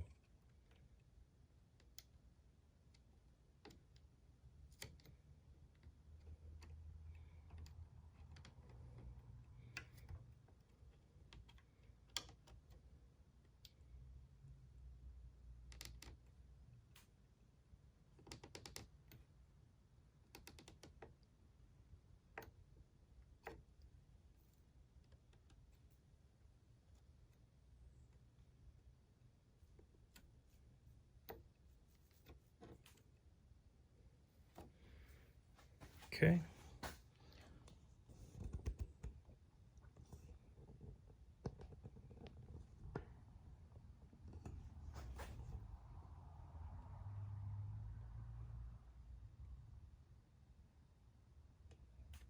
And that's within just a fraction of a degree. Perfect. So now I can move on with the installation of my horizontal stab. Again, just double check that you have it right way, right way up. Right? So what I'm going to do is I'm going to push the stabilizer all the way forward in its slot so that those front teeth engage. Right? That aligns the front. And what I'm going to do is I'm going to take a look at it from the top. I'm going to make sure that the joiner between the elevators is centered up in the fuselage. Looks really good. What I'm going to do is I'm going to take my thin CA and I'm going to lock this in place now with just a few drops.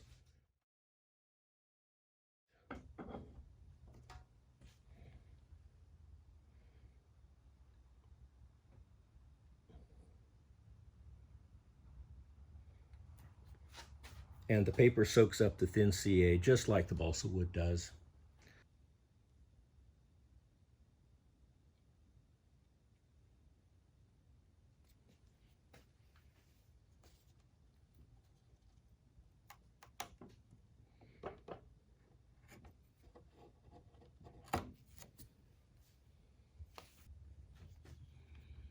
A few more drops on each side.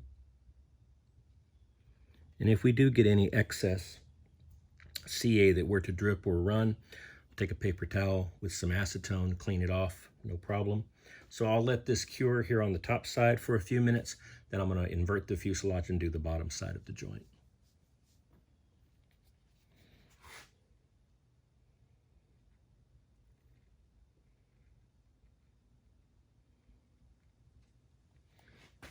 Put several drops of thin CA on each side of the bottom.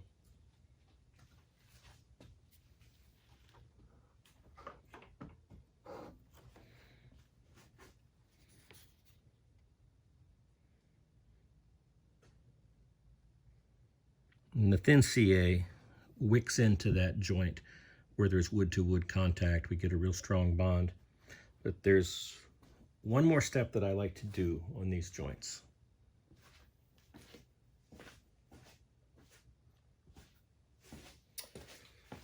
What I like to do is take my medium CA, and I like to use the servo openings as an opportunity to drip some medium CA from the inside on that wooden joint. It takes a little bit of work to get the fuselage in just the right position so that when you drop some medium CA through the servo hole, it goes onto the joint and it runs along the joint. and you can move the fuselage and encourage the CA to run along the joint. And it works really well.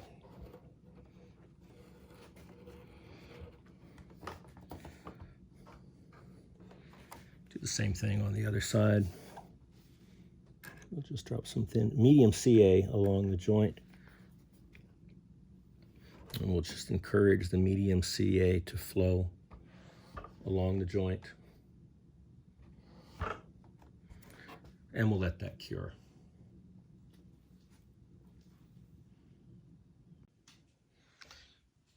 So the next step that we're going to do is we're going to install our elevator control horn. Now you have two control horns left. One has a long tab, that's for the rudder. One has a short tab, that's for the elevator. The reason is that the rudder is thicker. The rudder's thicker on this aircraft, so it'll hold a longer tab. Whereas the elevator's thinner. And if we put the long tab into the elevator, it'll actually touch the covering on the other side and make an ugly little lump in the covering. So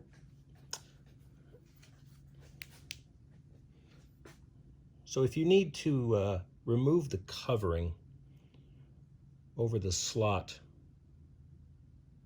in the elevator, in normal light, in normal room light with your eyes, it's not a problem to find the slot. You can also find it with your fingernail quite easily, but it doesn't come across on video. So I'm going to use a flashlight to show you this, to show you the location of the slot. You can see it very clearly there.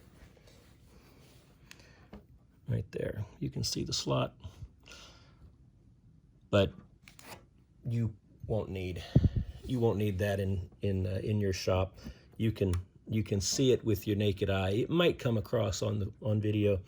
You can see the slot pretty easily, and you can feel it with your fingernail. So we're on the side of the fuselage, the left side, which has the low forward servo opening. The other side has the higher, more rearward opening for the rudder. So this is our elevator side. And we're gonna remove the covering over that control horn slot. And we just need to get it out of the way.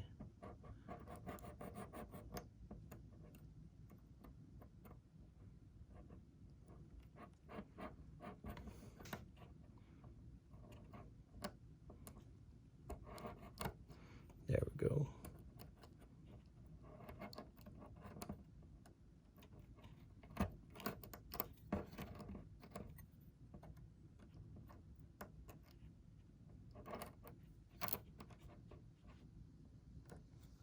Okay.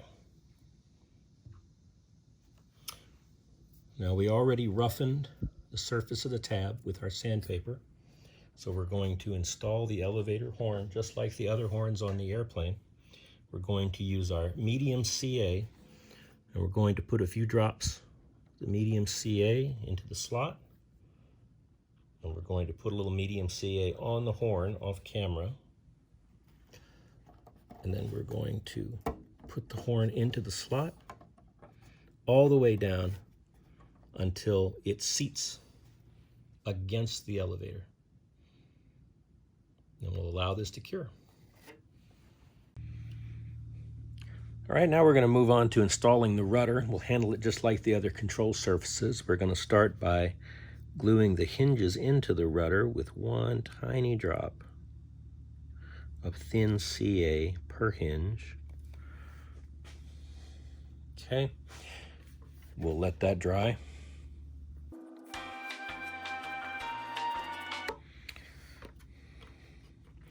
Once the glue's cured, just give a tug to make sure that it's firmly, the hinges are firmly in the rudder, and we can proceed with fitting it onto the fuselage. Again, patience is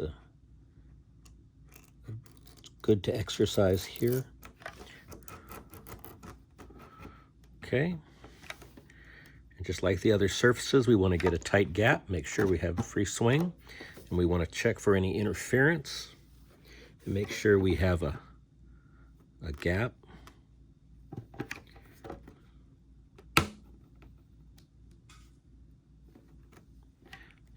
Make sure that the rudder swings fully and easily. Okay. Once we have everything lined up, then we can glue the rudder hinges with 3 large drops of CA per hinge.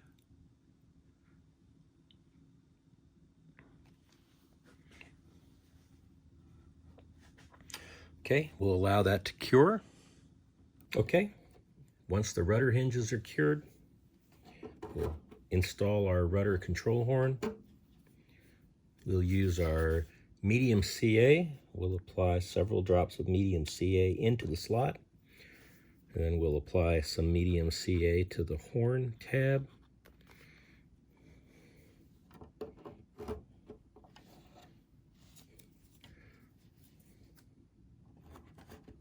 Okay. We'll allow that to cure. So now we can move on to preparing the tail wheel, and you can simply take the tail wheel as is and you can screw it onto the airplane and go fly. There's no harm in that, but if you want to do a little better job and you'd like to have longer maintenance intervals on your tail wheel so that you just never have to work on it, here's a couple of steps that you can do. So I'm going to take my 1.5 millimeter wrench and I'm going to loosen the set screw here on this part, which is called the tiller, just like the part on a boat that steers the rudder on a boat. This serves the same function on this tail wheel, and I'm going to loosen the tiller and take the tiller off. And now I'm going to do 2 things. First thing I'm going to do is I'm going to use my knife sharpening stone again, and there's a lot of tools you can use for this. You can use an emery board, or you could use a Dremel tool. What I'm going to do is, just like I did with the wheel axles, I'm going to make a little flat spot that matches up to the set screw on the tiller arm. So right here, I'm just going to rub that tail wheel wire against this little knife sharpening stone that I like to use for this and make a little flat spot.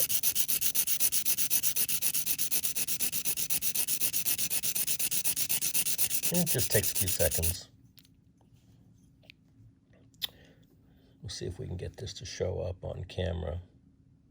Just a little flat spot there on the side of the tail wheel wire. And then we can put the tail wheel wire back into the carbon fiber bracket. And now what I'm going to do is I'm going to take the set screw from the tiller arm. I'm going to apply a little bit of Loctite to it.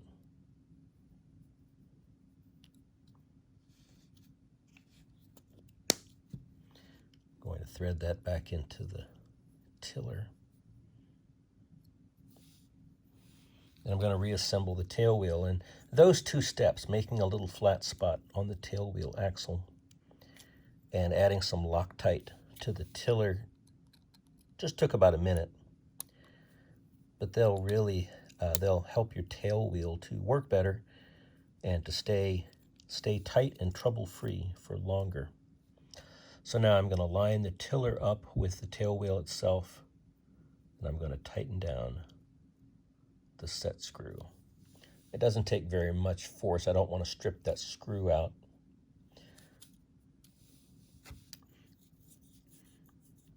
It's a little bit tight, so I'm going to loosen this collar. Just let that collar slide ever so slightly down and retighten it. And you know, as long as we're in here, I'll just put some Loctite on this set screw here.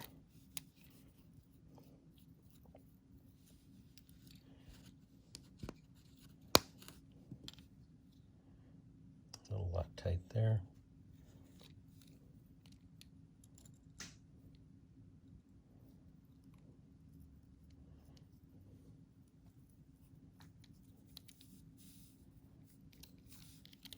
There we go. We have an easy rotating tail wheel assembly. Very good. Now we'll go ahead and install it. So to install the tail wheel assembly, we need to find 3 screws from your bright plated hardware pack. 2 of them, focus in on them, 2 of them have the flat integrated washer heads. Let's see, those 2 have the integrated washer heads that they flare out, and one of them has a small head. So we're going to take the 2 that have the integrated washer heads, and with those we're going to install the tail wheel onto the fuselage. So here we have the bottom rear of the fuselage, and we're going to install the tail wheel right here, the bottom of the fuselage. And what we want to achieve is we want this axle, the axis of rotation of the tail wheel here, we want that to be in line with the hinge line, the axis of rotation of the rudder, as close as possible. So there's a point here on the end of the fuselage, right there at the very rear tip of the fuse. That's where we want this axle point to be. It's right there.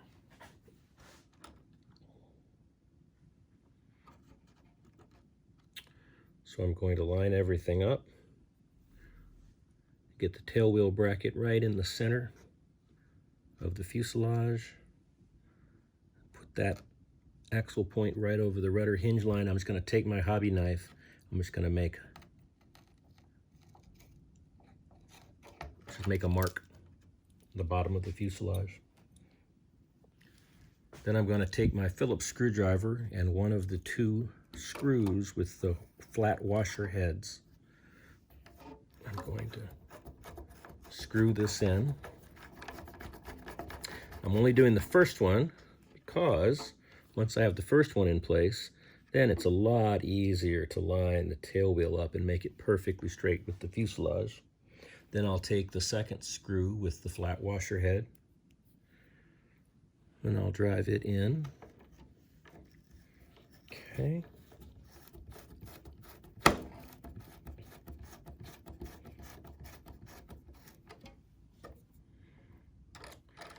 Now what I'm going to do is I'm going to mark. I'm going to mark the bottom of the rudder.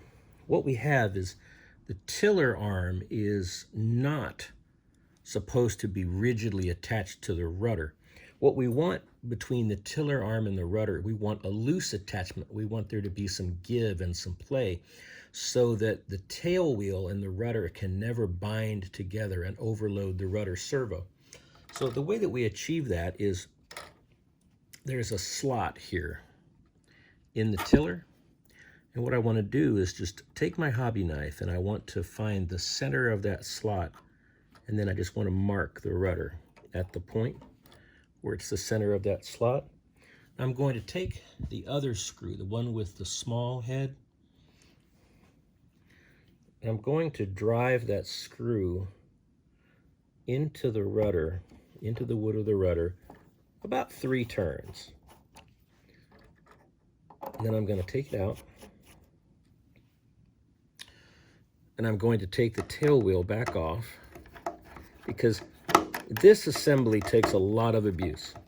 Tail wheel gets bounced around over rocks, holes in the runway. If you're on a dirt runway, maybe you're practicing Harrier landings, which this airplane's very good at, and you misjudge it and you strike the tail wheel. Tail wheels get a lot of bumps and bruises. So we need to strengthen these mounting locations. What we're going to do, we're going to take our thin CA and our precision glue tip, and we're going to add a drop of CA, a large drop, into that hole, and into that hole.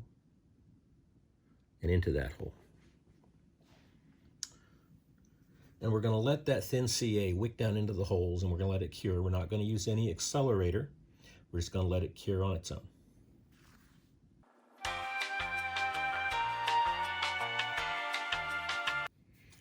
All right, and once that thin CA has cured, we can go ahead and install our tail wheel for the final time.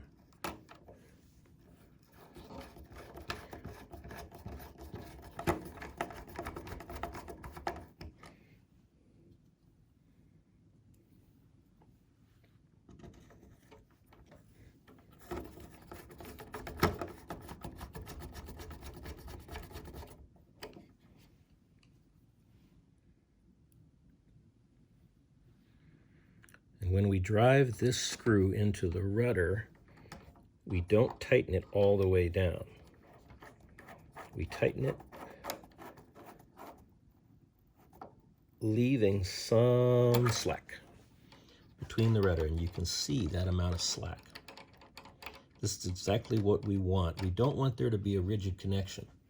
What we want as the rudder swings is we want that screw to be free to move slightly within the tiller, just like it's doing. And this keeps the rudder and tail wheel from binding and putting excess load on the servo. So for the elevator servo arm, this is the longest arm included in the Hi-Tech HS70 package. And we can measure it here really quickly. The longest arm from the center of rotation to the outside hole is about 19 millimeters. And 19 millimeters is not quite long enough to get full throw on the elevator for the most radical XA maneuvers. This length of arm works fine for the ailerons and the rudder. So in your kit, you'll find the longer G10 arm included. I'll show you how to install this on your Hi-Tech servo. So the G10 arm has a large hole at one end, which is just the right size to press on to your Hi-Tech arm. What we need to do is we need to modify the Hi-Tech arm. The Hi-Tech arm is a little tiny bit long and can cause a little bit of interference. So what I'm going to do is I'm going to cut off the outside hole from the Hi-Tech arm, and just like that. I'm going to take my sanding block and sand that smooth.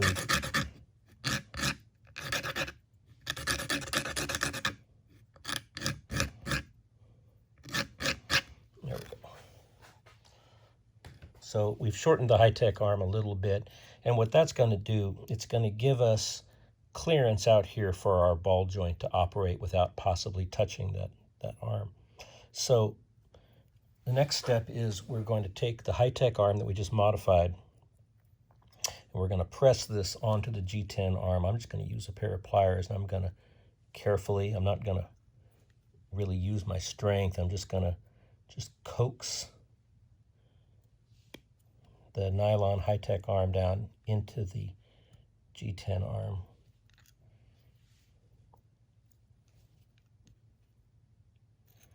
Okay, just like that. Okay, there. So now I'm going to take my hobby knife and I'm going to make a little pilot hole here, just in the center, right there of that hole.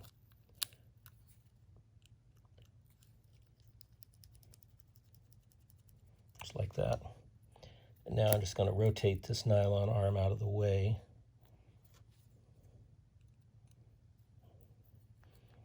I'm just going to drill a 2 millimeter hole with my hobby knife. Doesn't take very long.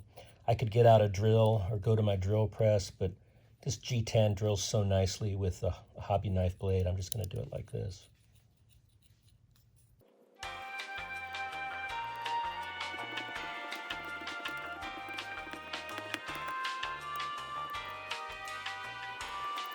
Okay.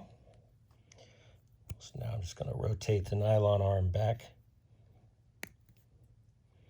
into position. Just like that.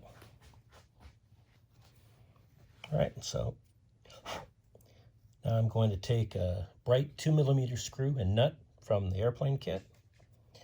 And I'm just going to drive the screw through both of the arms.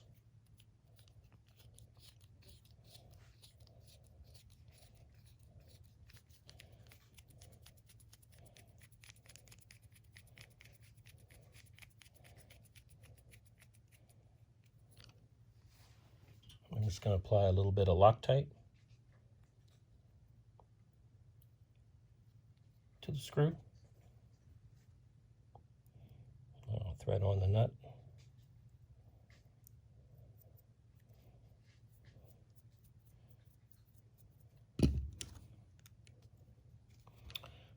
I'll tighten this assembly down.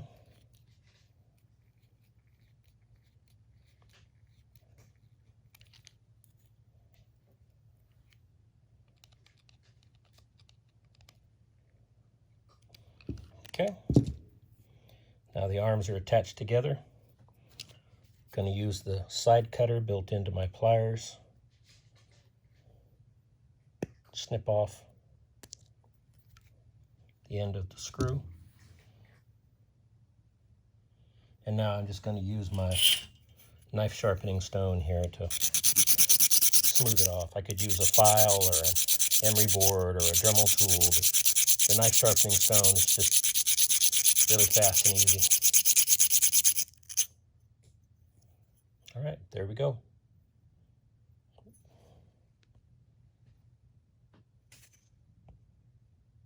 There we go. That's how you assemble the servo arm in the kit. And we only do that for the elevator because the stock servo arms are adequate length for all the other control surfaces.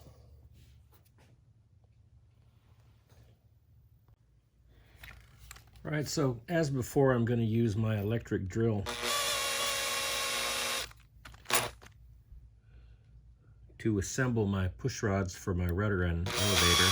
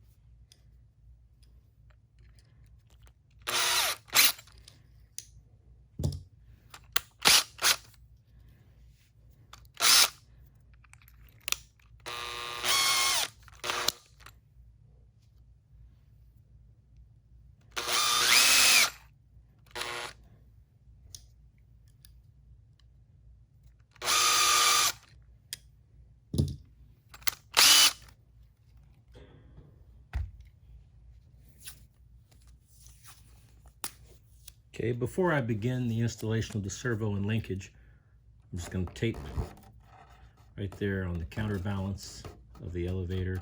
Hold everything straight during installation. Take my longer push rod. Okay, from this I can see that the elevator servo is going to be installed with the output forward. I'll need to install a extension on the elevator servo.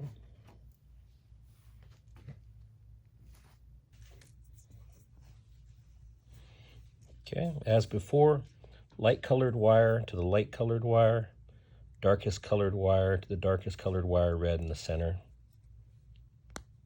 Okay. And then as before, I'm going to use this 10mm heat shrink tubing to lock the extension onto the servo wire.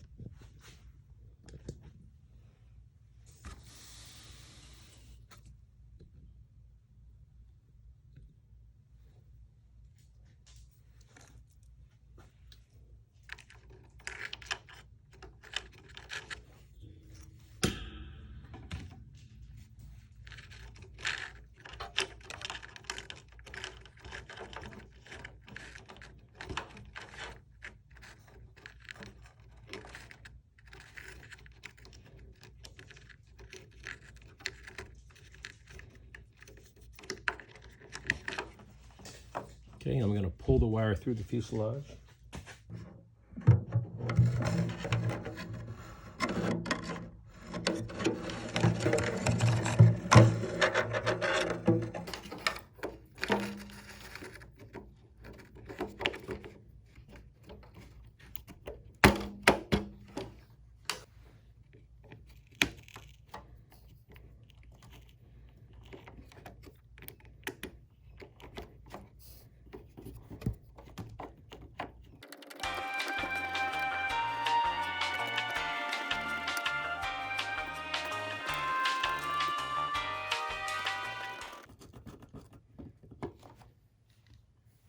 Okay, now we install our elevator pushrod using the same selection of hardware that we did on the aileron pushrods. We'll zoom in here. We have our 2mm black screw, our bright washer, then the control horn for the elevator, then our ball link, another washer, and our nylock nut. Note that we put the ball link on the inside of the horn in this case. Okay, now we can install the other ball link onto the servo arm, which we just assembled. So we'll use our 1.5mm driver.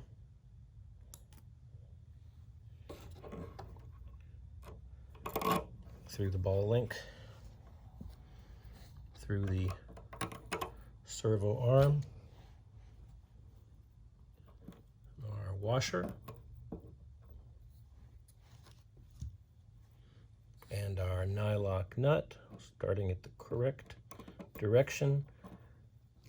We get a few threads into the metal and then it hits the nylon locking ring.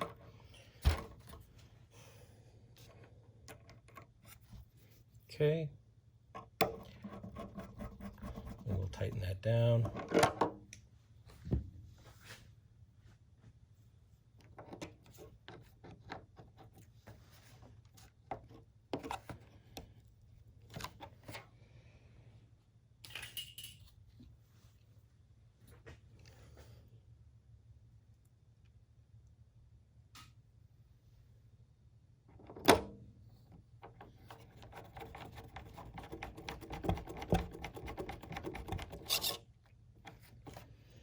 All right, there is our completed elevator linkage.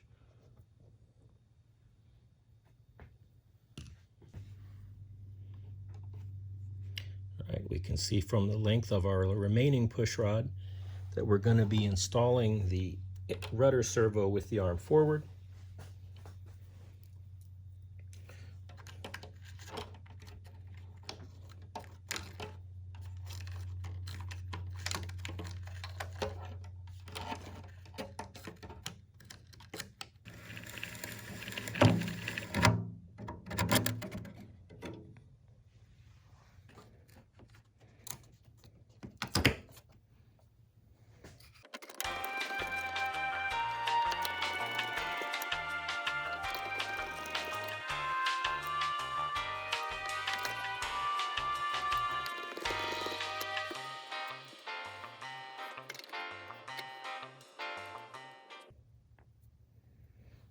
Okay, we'll fit the length of the pushrod.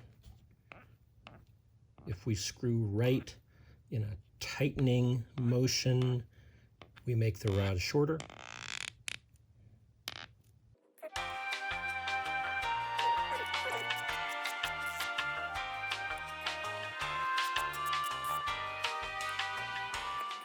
So we're going to use the longest arm from the high-tech servo package. And we'll use the same 2mm hardware we've been using.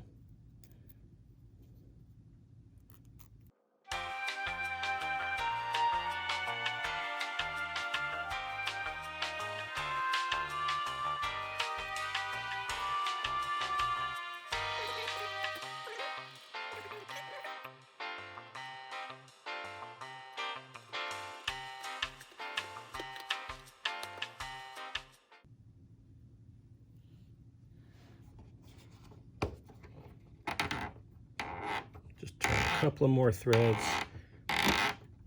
get the push rod the exact right length.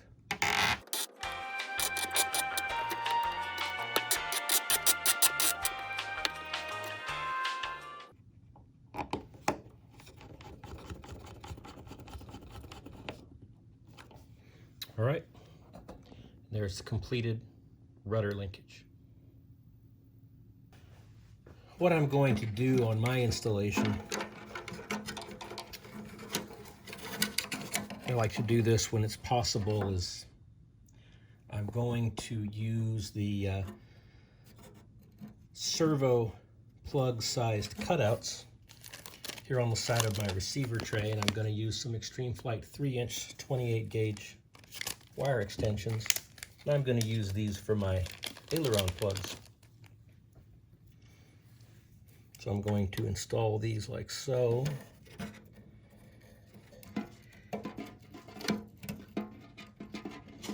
Just push my extension in there. I'll do the same thing on the other side. Zoom out so it's visible.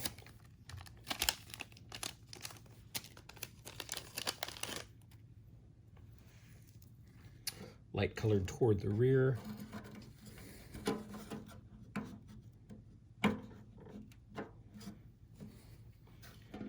And that's where I'll plug my wings in. When I install the wings to go fly, I'll have my aileron leads will come into the fuselage and I'll plug them in right there. So I like to use medium CA for this job, and I'll use accelerator on this.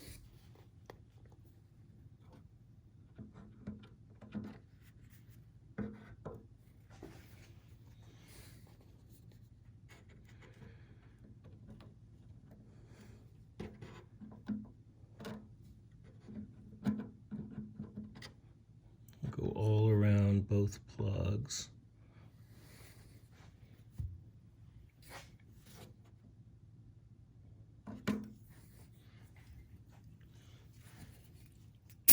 Use my accelerator on that.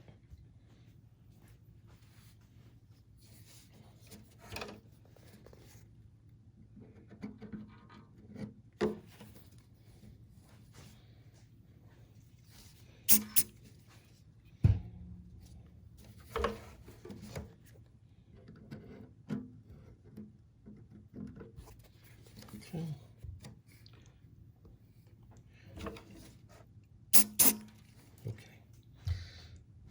Now I have my aileron extensions for inside the fuse are glued in place.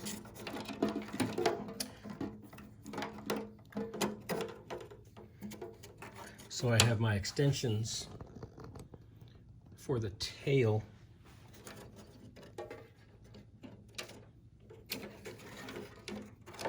I'll show you a product we're going to use here. These are wire mounts. I get them in bulk. You can get them from Electronics Supply or various online dealers. I'll put a link up to a typical product listing on the screen. About the only thing you need to know about buying little mounts like this is we're looking for a 3M brand on the tape. We can be certain that the 3M tape mount is going to work and stay stuck. We can't be sure about unbranded mounts. So look for the listing that has the 3M tape, and the way that we use these is we peel the tape, and then we can just apply the mount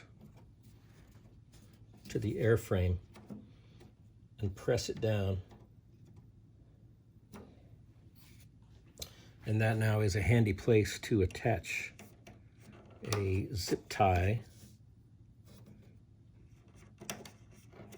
for wire control.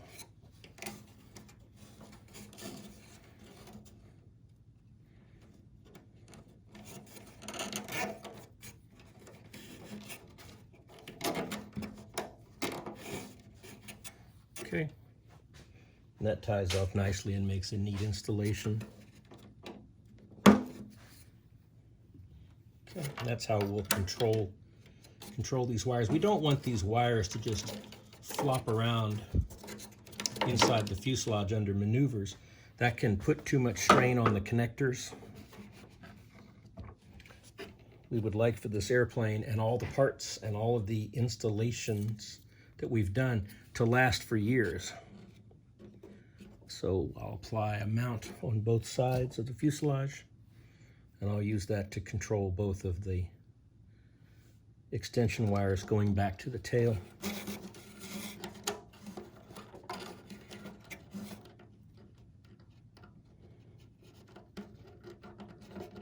And a little plastic stick-on wire mount like that just weighs a few grams, so it's more than worth the weight to have a clean, reliable, long-term installation.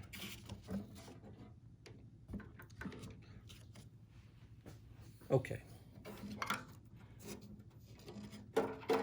So now we need to mount our receiver. I'm going to use a little piece of self-adhesive Velcro for that. So your kit includes some Velcro, but you're going to need more. You're at least going to need additional Velcro for your other batteries. But buying the Velcro in a roll is a little more cost-effective. So I'm going to trim this self-adhesive Velcro.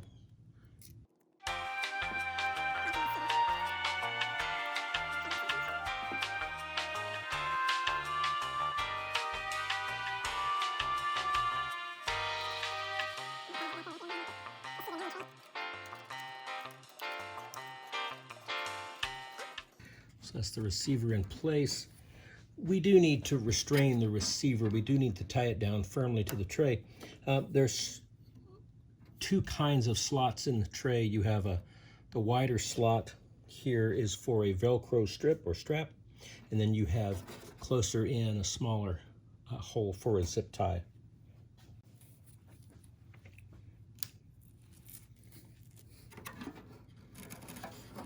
I'm going to use a Velcro strap in this installation.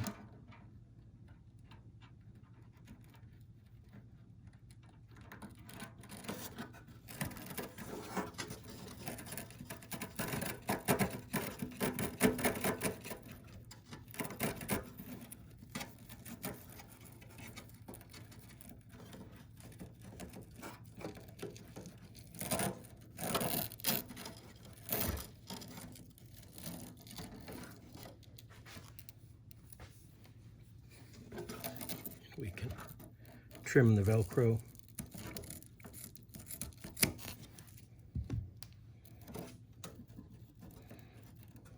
All right, our receiver is properly mounted.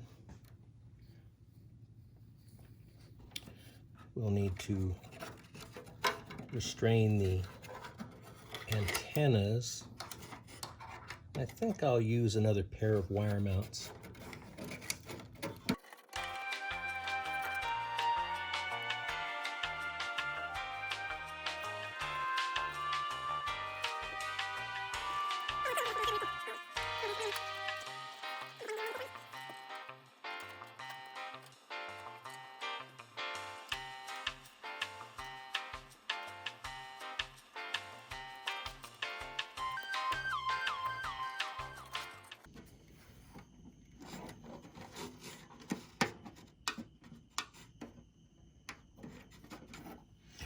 Okay,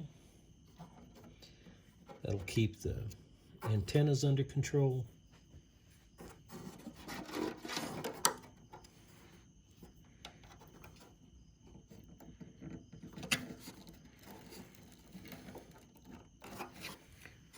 Plug in the tail servos.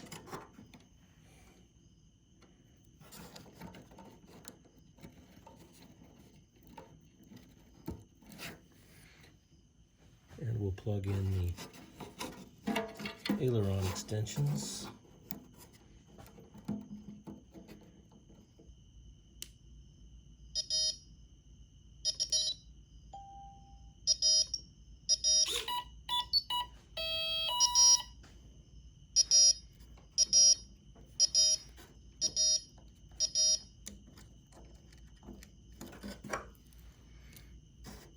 Okay, our receiver is bound. Our system is activated. And now we'll check out our tail servos. So what we want on our tail controls is when we pull back on our elevator control, we want the elevator to rise, and forward we want the elevator to drop.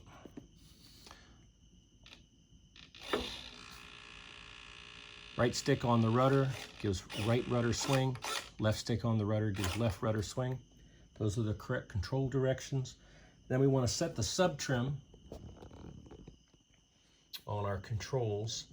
And on the elevator and the rudder, what we're looking for is we want the balance here. This is the balance area of the elevator. This area that goes forward of the hinge line is called the balance area. We want the balance area to line up with the horizontal stabilizer.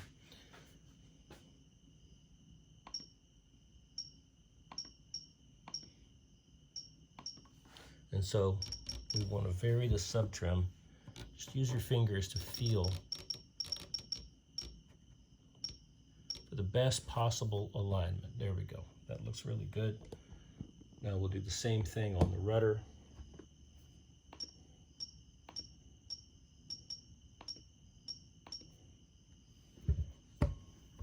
And we'll just feel for perfect alignment here. Just get it as close as possible. Okay, very good. So now we have correct direction, and we have proper sub trim on our tail controls. Now let's get the same thing done on the ailerons. We're going to slide the wing panel onto the carbon tube, and we want to bring the aileron servo wire in through this hole in the fuselage. Bring the wing in.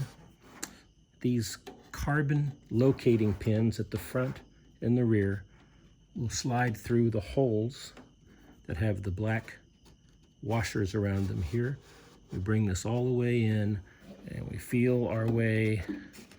We slide the wing all the way on. When the wing is all the way on, this little screw here will come through the side of the fuselage. We'll zoom in so you can see how the wing retention mechanism works. The wing needs to be all the way on, and you pull this aluminum pull handle here. I'll try to get the camera placed so you have a good view. You pull the aluminum pull handle and slide it forward. Like that, and then let it go, and it locks in place. Again, this is the open position. We can slide the wing in and out. So we slide the wing all the way in, pull, slide forward, release, and it'll drop in and lock. Want to make sure that it drops in and locks. So we do that for both wing halves. We slide this wing half onto the carbon tube. Aileron wire goes into the side of the fuselage, just like that. As we slide it on, the carbon alignment pins will slide into their holes in the side of the fuselage. Okay, make sure the wing is fully on. Then we lift the aluminum handle and it slides in, slides forward and locks. Okay, and the wings can't come out now. All right,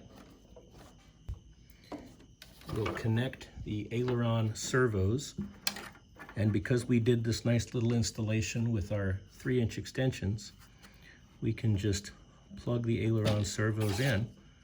We can hear them start to work. Makes really convenient at the flying field. With these quick release latches, putting the wings on is really quick, and having these plugs right here, we just pop the aileron servo wires into the plugs. Next, we check for correct direction of motion on the ailerons as shown. And then we use the sub-trim function on our radio to bring the ailerons into perfect alignment with the wing.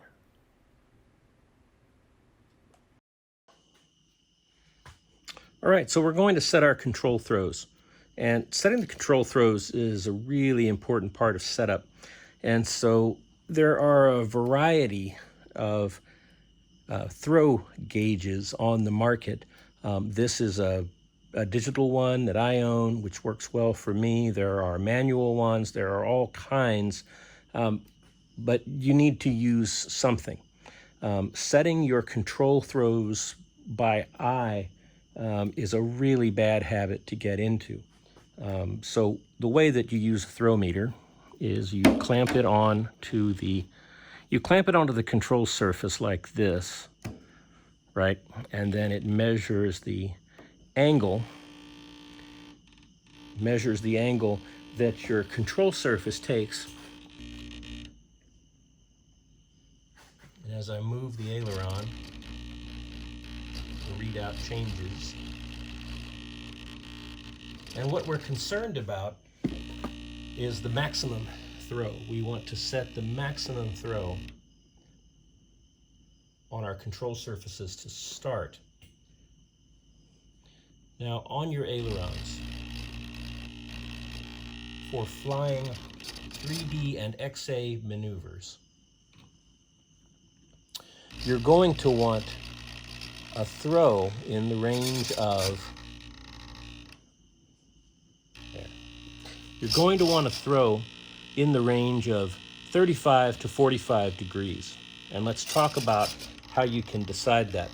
On the Extreme Flight series of aircraft, you'll find that you'll get the absolute fastest roll rate at high speed at around 36 to 39 degrees of throw. We typically recommend 37 to 38 degrees, and on almost all of our aircraft, you're going to be very nearly your maximum roll rate. Now that's at high speed.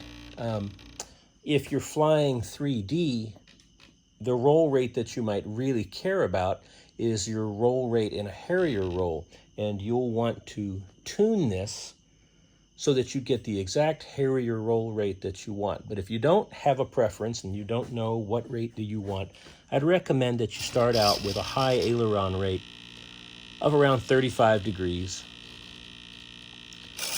up and 35 degrees down. And so what we're going to do here is we're going to get 35. So we have 35.0 degrees up, which is great. Let's get 35 degrees down exactly. So right now I'm showing 39.1. And I'll bring the camera down so you can see that. Right now I'm showing 39.1, so I need to reduce that. So I'm dialing back my maximum throw on my radio. There you go, 35.3, very good. So I have 35 degrees up and 35 degrees down on this aileron, and that's my high rate throw. And since I have 35 up and 35 down here, I need to ensure that I have exactly 35 up and 35 down on the other side. So I'll take my throw meter and I'll do exactly that. Okay, so we want to achieve 35 up and 35 down. Right now we're at 36.8.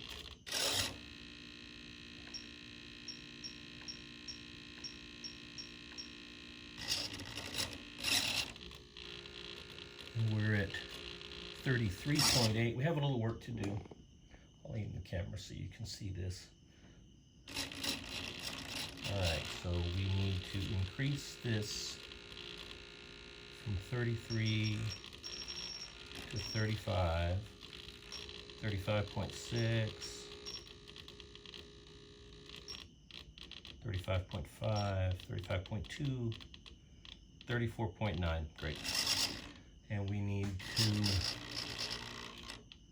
this is at 36.7, so I need to decrease that. 35.7, 35.0. Great. Okay, so now I have 35 degrees up and 35 degrees down on both of my aileron servos. All right, so the next thing we're going to do is we're going to set our low aileron rate. So the low aileron rate is as much a matter of personal preference as anything, but if you don't have a preference right now, I'd recommend that you start with 15 degrees up and 15 degrees down.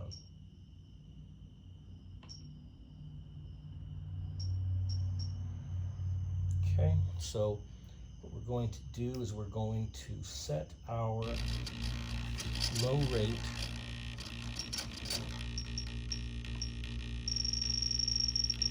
I have my low rate control engaged. I'm showing 12.3. I need to turn that up a little bit. 13.3, 13.8, 15.0. Perfect. Let's do it on the upside. 15.4. I'll turn that down ever so slightly.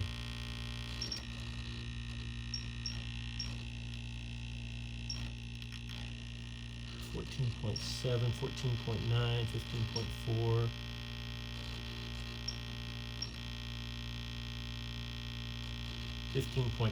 I'll go with that. So I have my high rate aileron set at 35 degrees up and 35 degrees down. I have my low rate aileron set at 15 degrees up and 15 degrees down. This is a great starting point for your first flights. Now, as you gain experience with the aircraft, you might decide to turn one or the other of these rates up or down as suits your particular flying style, but this will get you started. Okay, so now we're going to set our high rate elevator throws, and we'll talk about this for a second. We need to make sure that our high rate elevator throws on a 3D aircraft are at least 45 degrees, at least. And the reason is that when you fly a 3D aircraft and you want to transition from unstalled forward flight to stalled 3D flight, like transitioning from a forward unstalled flight to a Harrier, when you pull on the elevator to stall the wing, you want to make sure that you get enough elevator throw to reliably stall both the right and the left wing halves. And 45 degrees is enough to reliably stall both wing halves. If we set our high rate elevator throw at something like 25 or 30 degrees, when we pull full elevator, we'll often only fully stall one wing half, and this causes the airplane to execute a nice unintended roll, and this can lead to problems. So we want at least 45 degrees of high rate elevator throw. And for this aircraft, I like 48 to 50. So I'm going to set it 48 to 50. We'll reset the camera so you can get a look at this. Okay, 0 to meter. Right now, our high rate throw is set to 62.7. Let's talk about this. If you're flying XA, extreme aerobatics, and you want the airplane to rotate as many times as possible in a gyroscopic maneuver, this would be a great high rate elevator throw. We've got enough geometry, we can actually achieve, we can achieve 70 degrees with the arm that comes in your kit box. And for XA, that's a fantastic throw. If you're starting out flying 3D and you want to be a little bit smoother in your 3D flight, I'd recommend 48 to 50 degrees for a high rate throw. 49.6, that's great. I'm going to set this at 49.6, almost 50 degrees for my high rate elevator throw, and I'm going to go the same amount down.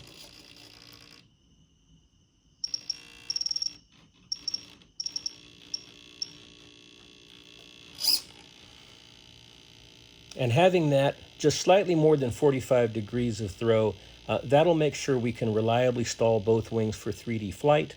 And if you want maximum rotation for XA flying, feel free to take it all the way up to maximum, which with this setup using the kit parts and the high-tech HS70 servos is a little over 70 degrees. Well, that'll cause extreme rotation in a crankshaft or a knife edge spin.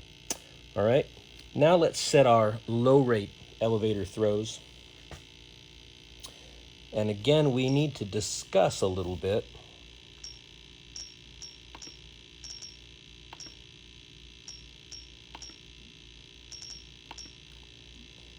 Activate that switch.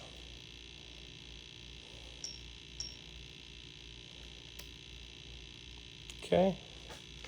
And what we want for our elevator low rate throw, we want a lot less, a whole lot less, because we also want to be able to have a very smooth, very gentle elevator rate for doing precision maneuvers or for landing.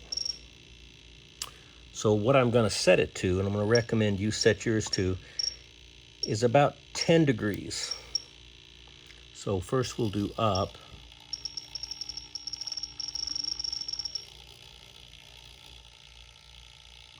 I've got 17, we'll bring this down to about 10.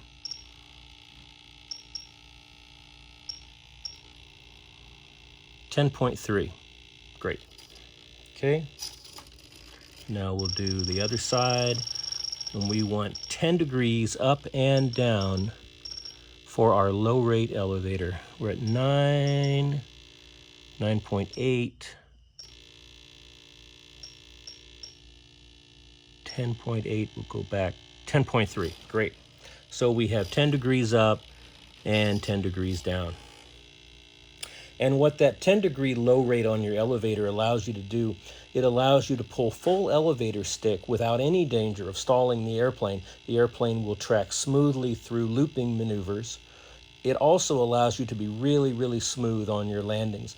Landing should be a low rate maneuver until you're an absolute expert. Unless you're Harrier landing, you should be landing on low rate so that you can bring it in very smoothly and just kiss the runway. Lightweight, high-performance aerobatic planes like to be landed softly, and using low-rate elevator is the best way to achieve that. Okay, so rudder throw we're going to do a little bit differently. For rudder high-rate throw, what we'd like to have the maximum safe amount of throw.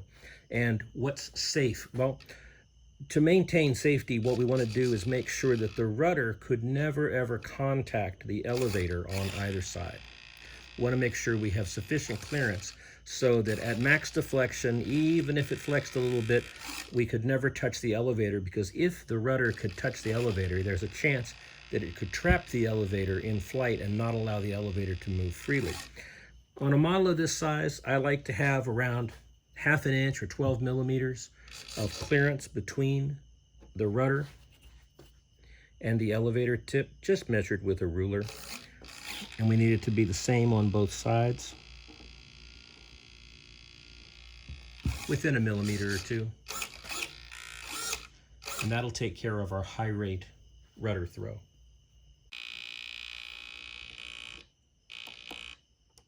Okay, for setting rudder low rate, we're back to using the throw meter, and I've got the airplane laying on its side so the meter will register accurately. And we'd like to have 20 degrees right and left for our rudder low rate. 17, 18, 19.4, 20. And the other way, 18.5, 19, 19.6, 19.8, 19.9. We went a little over, we'll go back.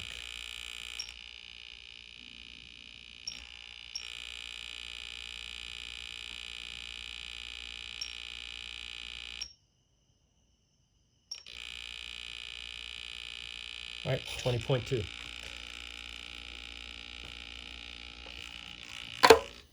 So now we've set our high and low control rates on all of our flight controls.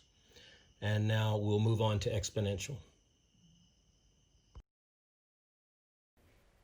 Of all of the tuning variables in setting up your aircraft, The exponential value that you program into your radio for each control surface and rate is possibly the most personal and subjective.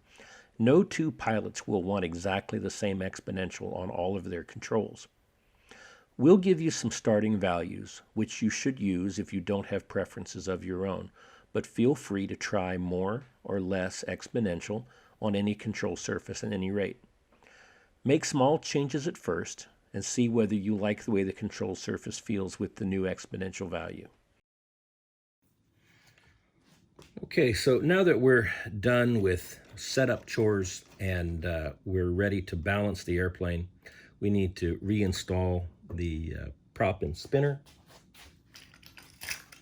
So what we're going to do is we're going to place the prop so that it's perpendicular to the two screw holes here. We want the blades of the prop to be in between the screw holes because that's where the blade openings are on the spinner cone.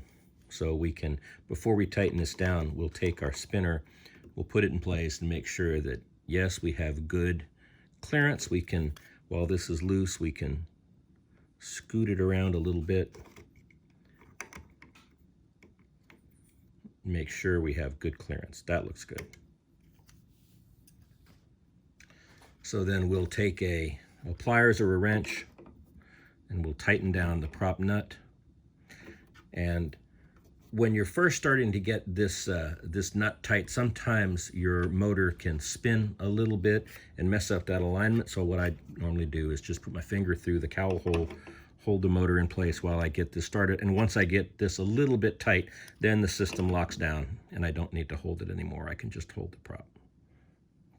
Okay.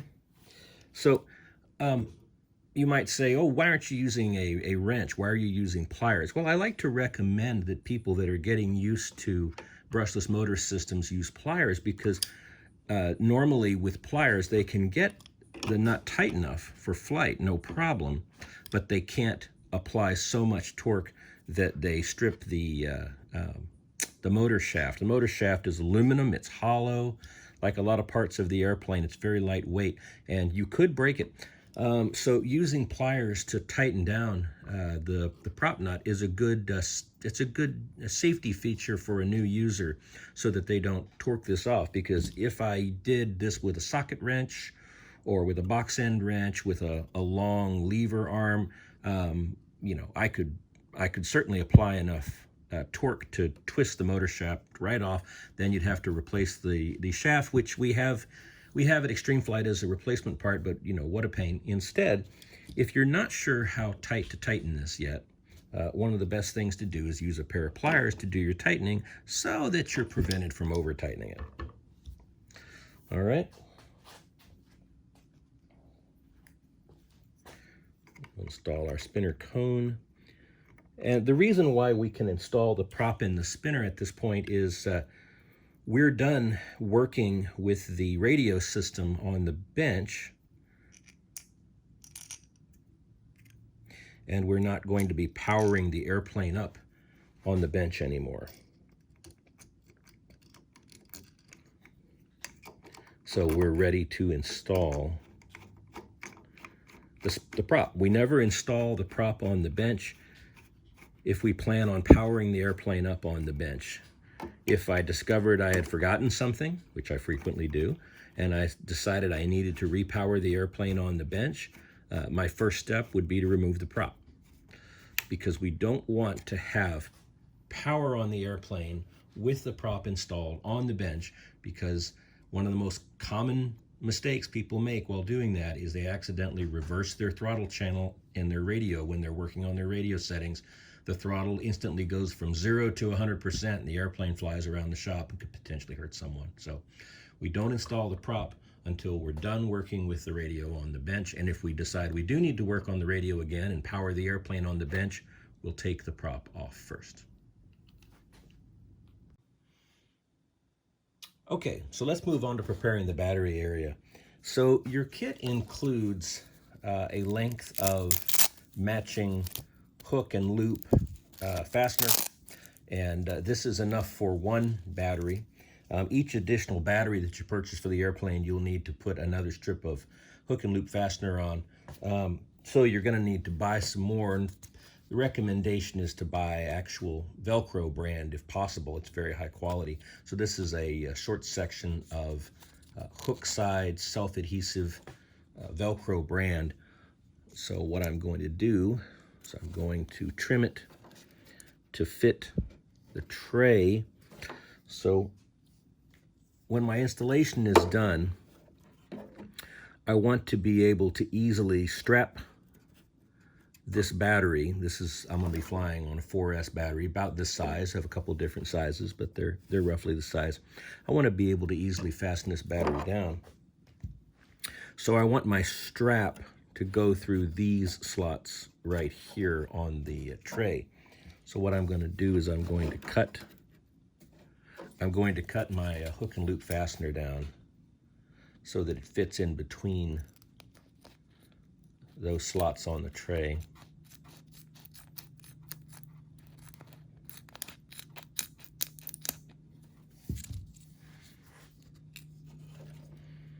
Okay, just like that.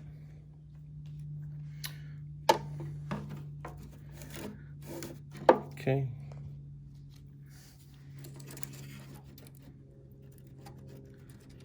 I'm going to place the hook and loop fastener right here.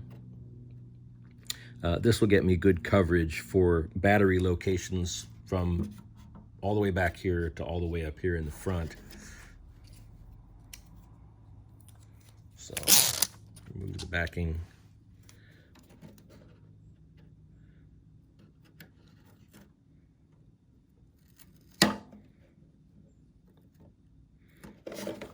Okay. Another thing that I like about this actual Velcro brand of self-adhesive Velcro tape is it has a good glue on the backside. A lot of the off brands are generic. The glue is not good at all. They won't stick very long to anything. They come off in hot weather, but the Velcro brand tends to stay stuck. It's nice. If it ever does start to lift at the corners, a drop of thin CA wherever it's lifting will take care of that for you. Okay. So that takes care of our Velcro strip. And what the purpose of that strip is, it keeps the battery from moving forward, after, side to side, but it's not enough to hold the battery down in the airplane under high G maneuvers. What we need for that is we need a strap. And there's a couple of different kinds. This is a buckle style strap. My favorite is the, again, Velcro name brand of the one wrap ties. This is a 7/8 inch wide. These are available in a variety of sizes. This is the one that I like to use for most of my electric airplanes. It's nice and strong. It's easy to use. I'll show you how we do it. I'm going to go ahead and open this fresh package.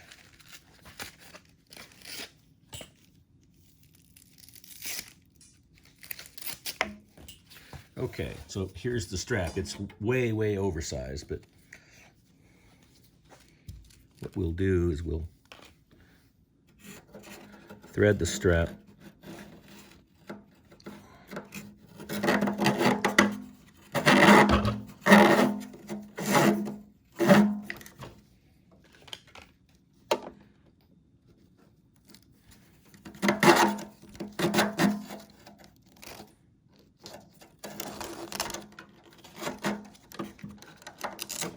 And what I want is I want a convenient length that's easy to work with, that gives me good overlap. I want to have good overlap of the strap, and then I'll trim it off at that length. And I like to trim it to a point so that it's easy to get loose. All right,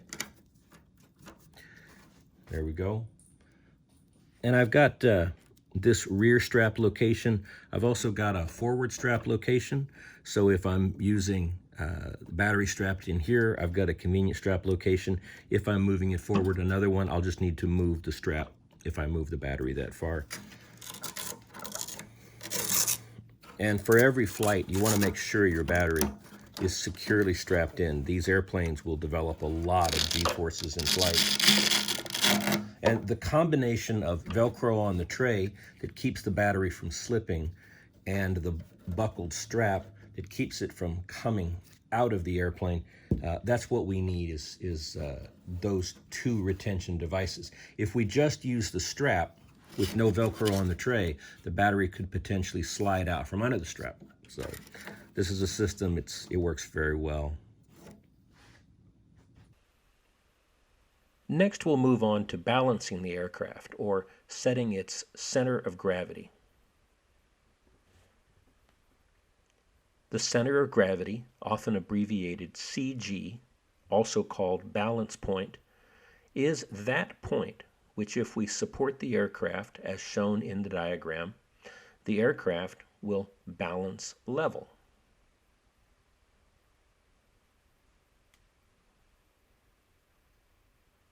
The location of the center of gravity fore and aft on the airplane is among the most important tuning points for the aircraft.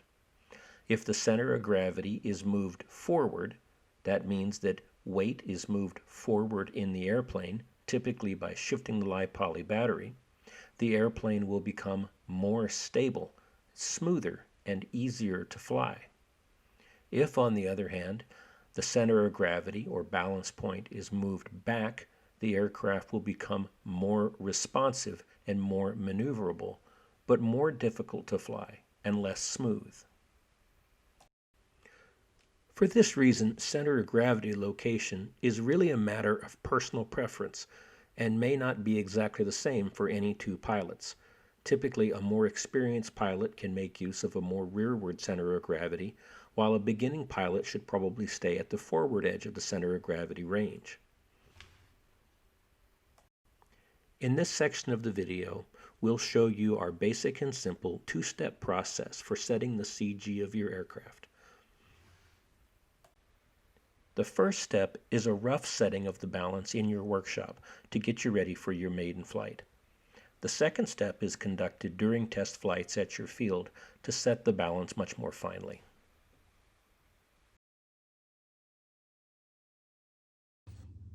Okay, so let's go through the first part of setting our CG, which is the rough setting that we'll do on our workbench. So what we're going to do is we're going to first, we need to know what the acceptable CG range for our aircraft is. And for the Extreme Flight 48-inch Edge V2, the range is 3 3/4 inches to 4 1/4 inches, measured from the leading edge of the wing. And what that means is just exactly as it sounds. Starting at the leading edge of the wing, we measure back 3 3/4 inches, and that's our forward CG location. Now, I also have the rearward one marked here, but if you're a beginner and you're just getting into balsa wood aircraft or 3D aerobatics, we recommend that you start at the forward edge of the range. So what we're going to do here on the bench is we're going to do a rough balance at this balance point, 3 3/4 inches back from the leading edge of the wing. So we need to have a method for doing that. And what we're going to do is we're going to use a simple fingertip method where we're going to support the aircraft on our fingertips, and we're going to move the battery around in the airplane until the airplane hangs level at that point.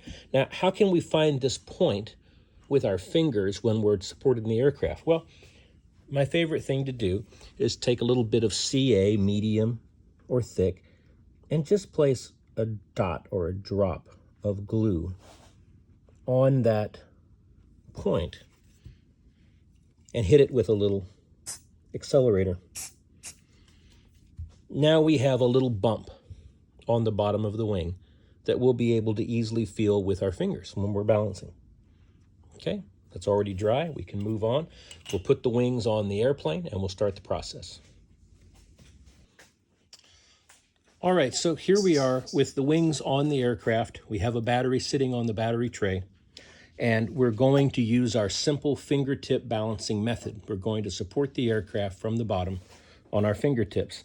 And the point that we made, the glue dot that we made on the bottom of each wing, is at the forward end of the CG range, and that's where we're going to start our process, is by supporting the aircraft at the forward end of the CG range. See what it does.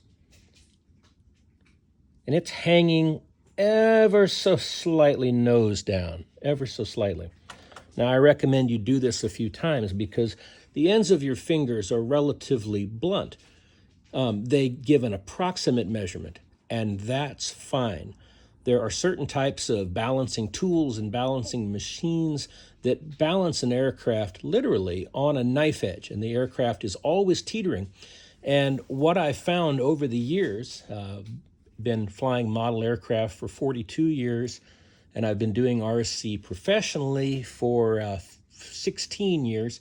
And what I found over the years is that if a balancing setup or a balancing machine is too picky and the aircraft is always tilting one way or the other, that it tends to confuse people, and it tends to make them think that the airplane is drastically out of balance when it's not. And there's two things I'm going to encourage you to do philosophically about CG. Number one, don't get involved in online arguments about CG.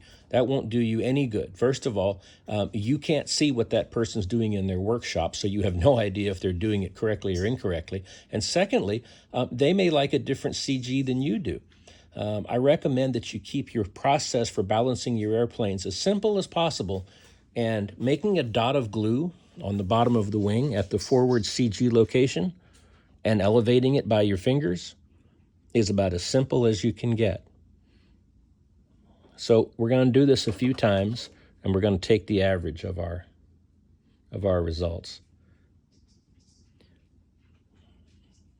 So the airplane's hanging level to maybe ever so slightly nose down, and that's great.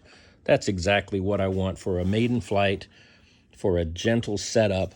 And let's take a look here. I have a battery pack, which is typical in mass for this airplane. It's from the recommended range. We normally fly these airplanes on 4S LiPos from 2,000 to 2,700. And this is a high C rated 4-cell 2250. And in order to balance at the forward edge of our range, we've got it on the forward half of our battery tray, exactly how it's supposed to be. So when I'm satisfied with this, but I can also move the battery. As a demonstration, we'll move the battery back. And then if we support the aircraft on the forward edge of the CG range, it hangs very tail down, exactly like we would expect. So we'll move our fingers back to the back of the CG range, or approximately there, and we can find the balance point where it hangs level. Okay? And what do you know? It's at the back of the CG range, exactly like we would expect. So what we'll do for our maiden flight to make sure we have the most gentle handling aircraft is we'll put the battery on the forward part of the tray. And there's room left to go. We can move the battery even farther forward. I don't think it'll be necessary. So I'd be happy to do a maiden right there. Give you a good look at where that is. Okay. And we can check it as many times as we like. The aircraft is hanging nice and level at that location. So that'll be my maiden location. Now, immediately, I can hear some people saying, you didn't balance it with the canopy hatch on. What are you doing? The canopy hatch? Well, the canopy hatch on these 3D aerobatic aircraft is extremely lightweight, and if we look, about half of the canopy hatch is in front of the CG, and about half of the canopy hatch is behind the CG. So we'll put the canopy hatch on the aircraft.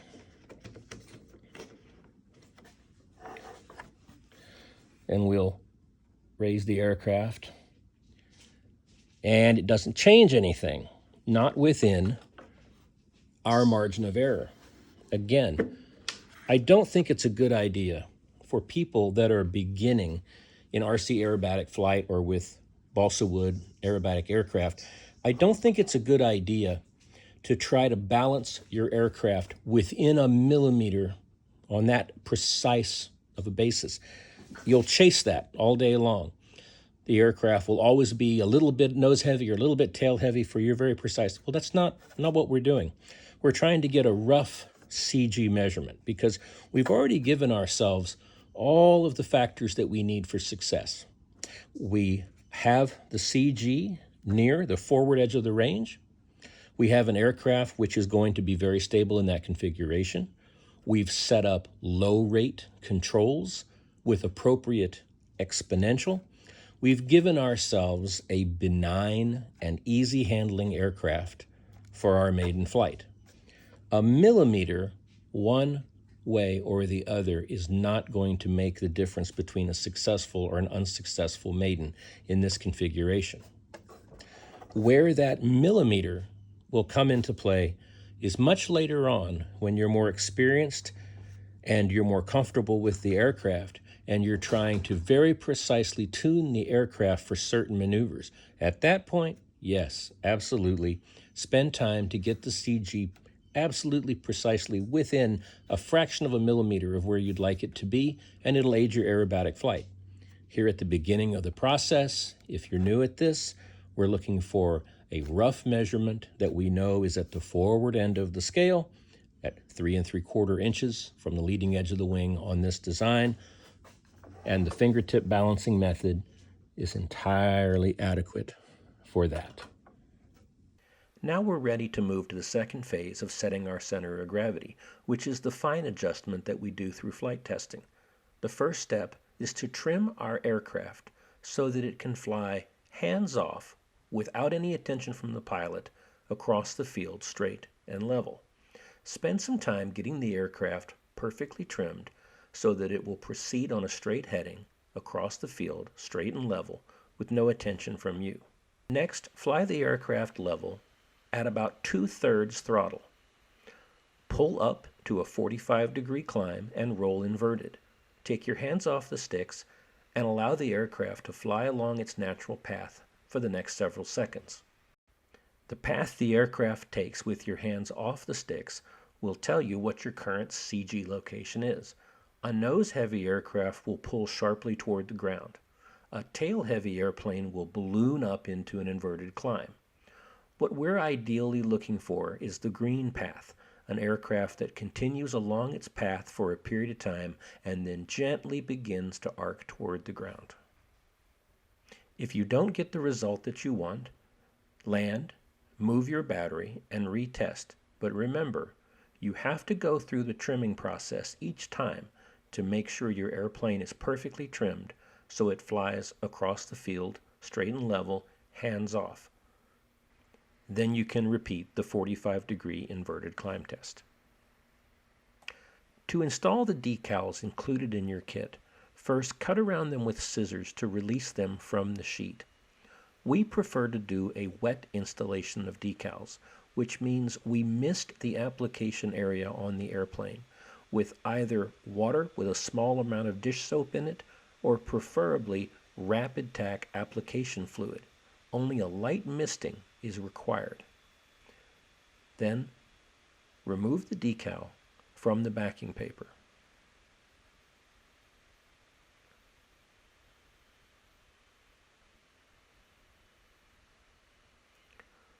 Place the decal in position. Begin to work the liquid out from under the decal, starting in the center.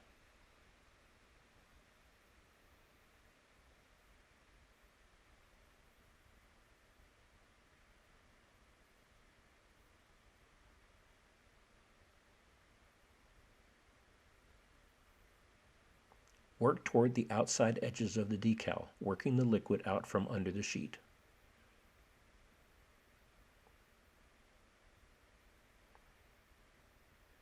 Then switch to a squeegee, old credit card, old motel room key card, or some other resilient piece of plastic. Work the remaining liquid out from under the decal.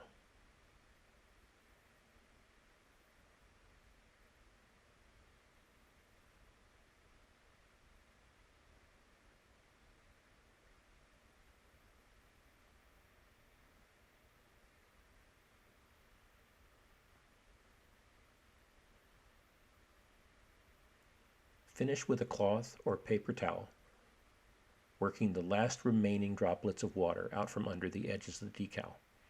When all the liquid is worked out from underneath, the decal will be fully adhered. Allow it to dry for a time and the installation will be permanent.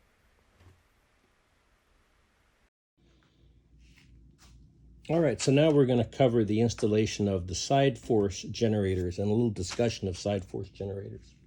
So the side force generators in your kit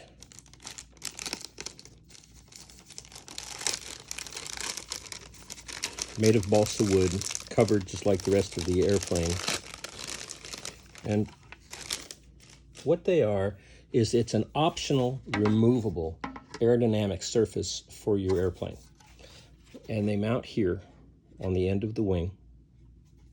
And there's a couple of components we use to mount them. First off, we don't want the side force generator to rub here on the aileron when the aileron is moving. So there's a clear plastic spacer for each one in your kit. There are holes in the clear plastic spacer that line up with the holes with nuts in the end of your wingtip and line up with the holes in the side force generator. There are 4 long 3mm screws left in your hardware pack and 4 clear plastic washers. And that's what we'll use to install the side force generators. Screw goes through the clear plastic washer, through the hole in the side force generator, through the matching hole in the clear plastic spacer, and then into the hole in the wingtip. We can screw it down, start by hand. Okay. We'll add the second screw and second clear washer. Start them by hand. And we can finish up with a 2.5mm driver. Now, the SFGs have a couple of effects. Once we get it on, we need to double check for good motion of the aileron, not rubbing. It's perfect. So the SFGs are optional, and we recommend that you try the airplane with and without them. The effects that they have, they slow down the rolling motion of the airplane. The roll rate of the airplane without the SFGs, if it rolls at a certain rate at full aileron, it will roll more slowly, noticeably so, with the SFGs in place. The second thing that they'll do is they'll help to damp out or to stop unwanted rolling motions, like when you're learning to Harrier the airplane. So this airplane flies a beautiful rock-free Harrier, but you have to learn. It's a learning process. And new pilots, when they're learning to Harrier the airplane, a lot of times they'll introduce a rocking motion, and the SFGs help to damp that out. It can make it easier to learn the Harrier maneuver. The other thing that the SFGs do is the SFGs, they're called side force generators because they do that. If you look at an airplane, it has large wings, and the wings are affected by the elevator control. And when you give full elevator, the airplane can abruptly change its pitch, and it can fly tight loops and waterfalls. Well, it's because the elevator is controlling a big, broad wing surface. The rudder is not controlling a big, broad wing surface. The rudder is controlling a relatively small surface. The rudder is controlling the fuselage, which is not a big, broad wing. So when you give, if you're a knife edge, say, and you give full rudder, the airplane doesn't jump like it does when you give full elevator. Instead, it's a much more modest amount of control authority that the rudder has over the airplane. Well, the SFGs provide a set of wings which the rudder can control, and this can give you more rudder authority, can make your rudder more responsive. Now, what are the downsides? Well, one downside of SFGs is that when you're landing, First of all, they can rub the ground really easy, so the bottom side of this can become a sacrificial surface if your landings are not smooth and well controlled. Also, in a crosswind, when the wind is blowing across the runway and you're having to control the airplane to land straight down the runway, the SFGs, this extra side area, they do act like sails in a crosswind, and they can cause the aircraft to be blown across the runway, requiring more control input from the pilot. The other thing that they do is, because they damp out unwanted rolling motions, they also damp out desired rolling motions. And so the aircraft rolls more slowly with them, and it's also more difficult to snap roll the aircraft accurately. So the aircraft is crisper and generally higher performance without the SFGs. It is generally a little easier to fly, particularly if you're learning 3D with the SFGs. But we recommend that you try with and without and see what your preference is. They do change the personality of the aircraft noticeably. But they're easy on, easy off for precisely that reason.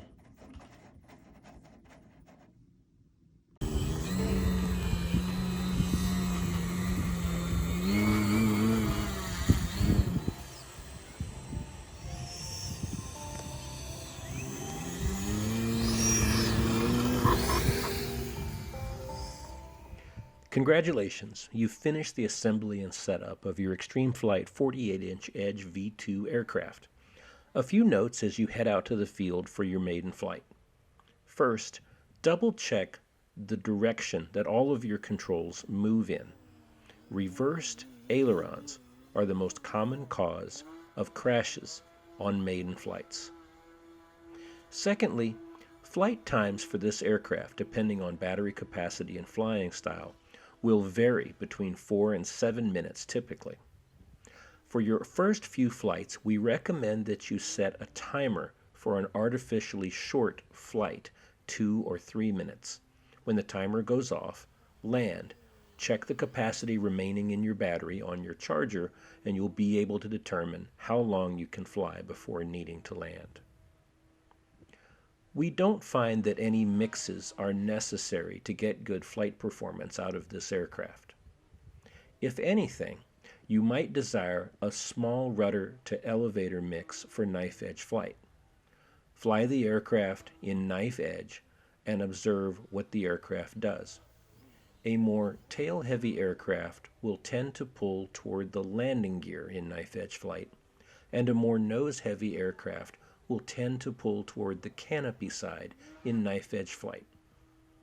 Once you've tuned the aircraft CG for your personal preference, you can add a small mix from the rudder to the elevator to make the aircraft track perfectly.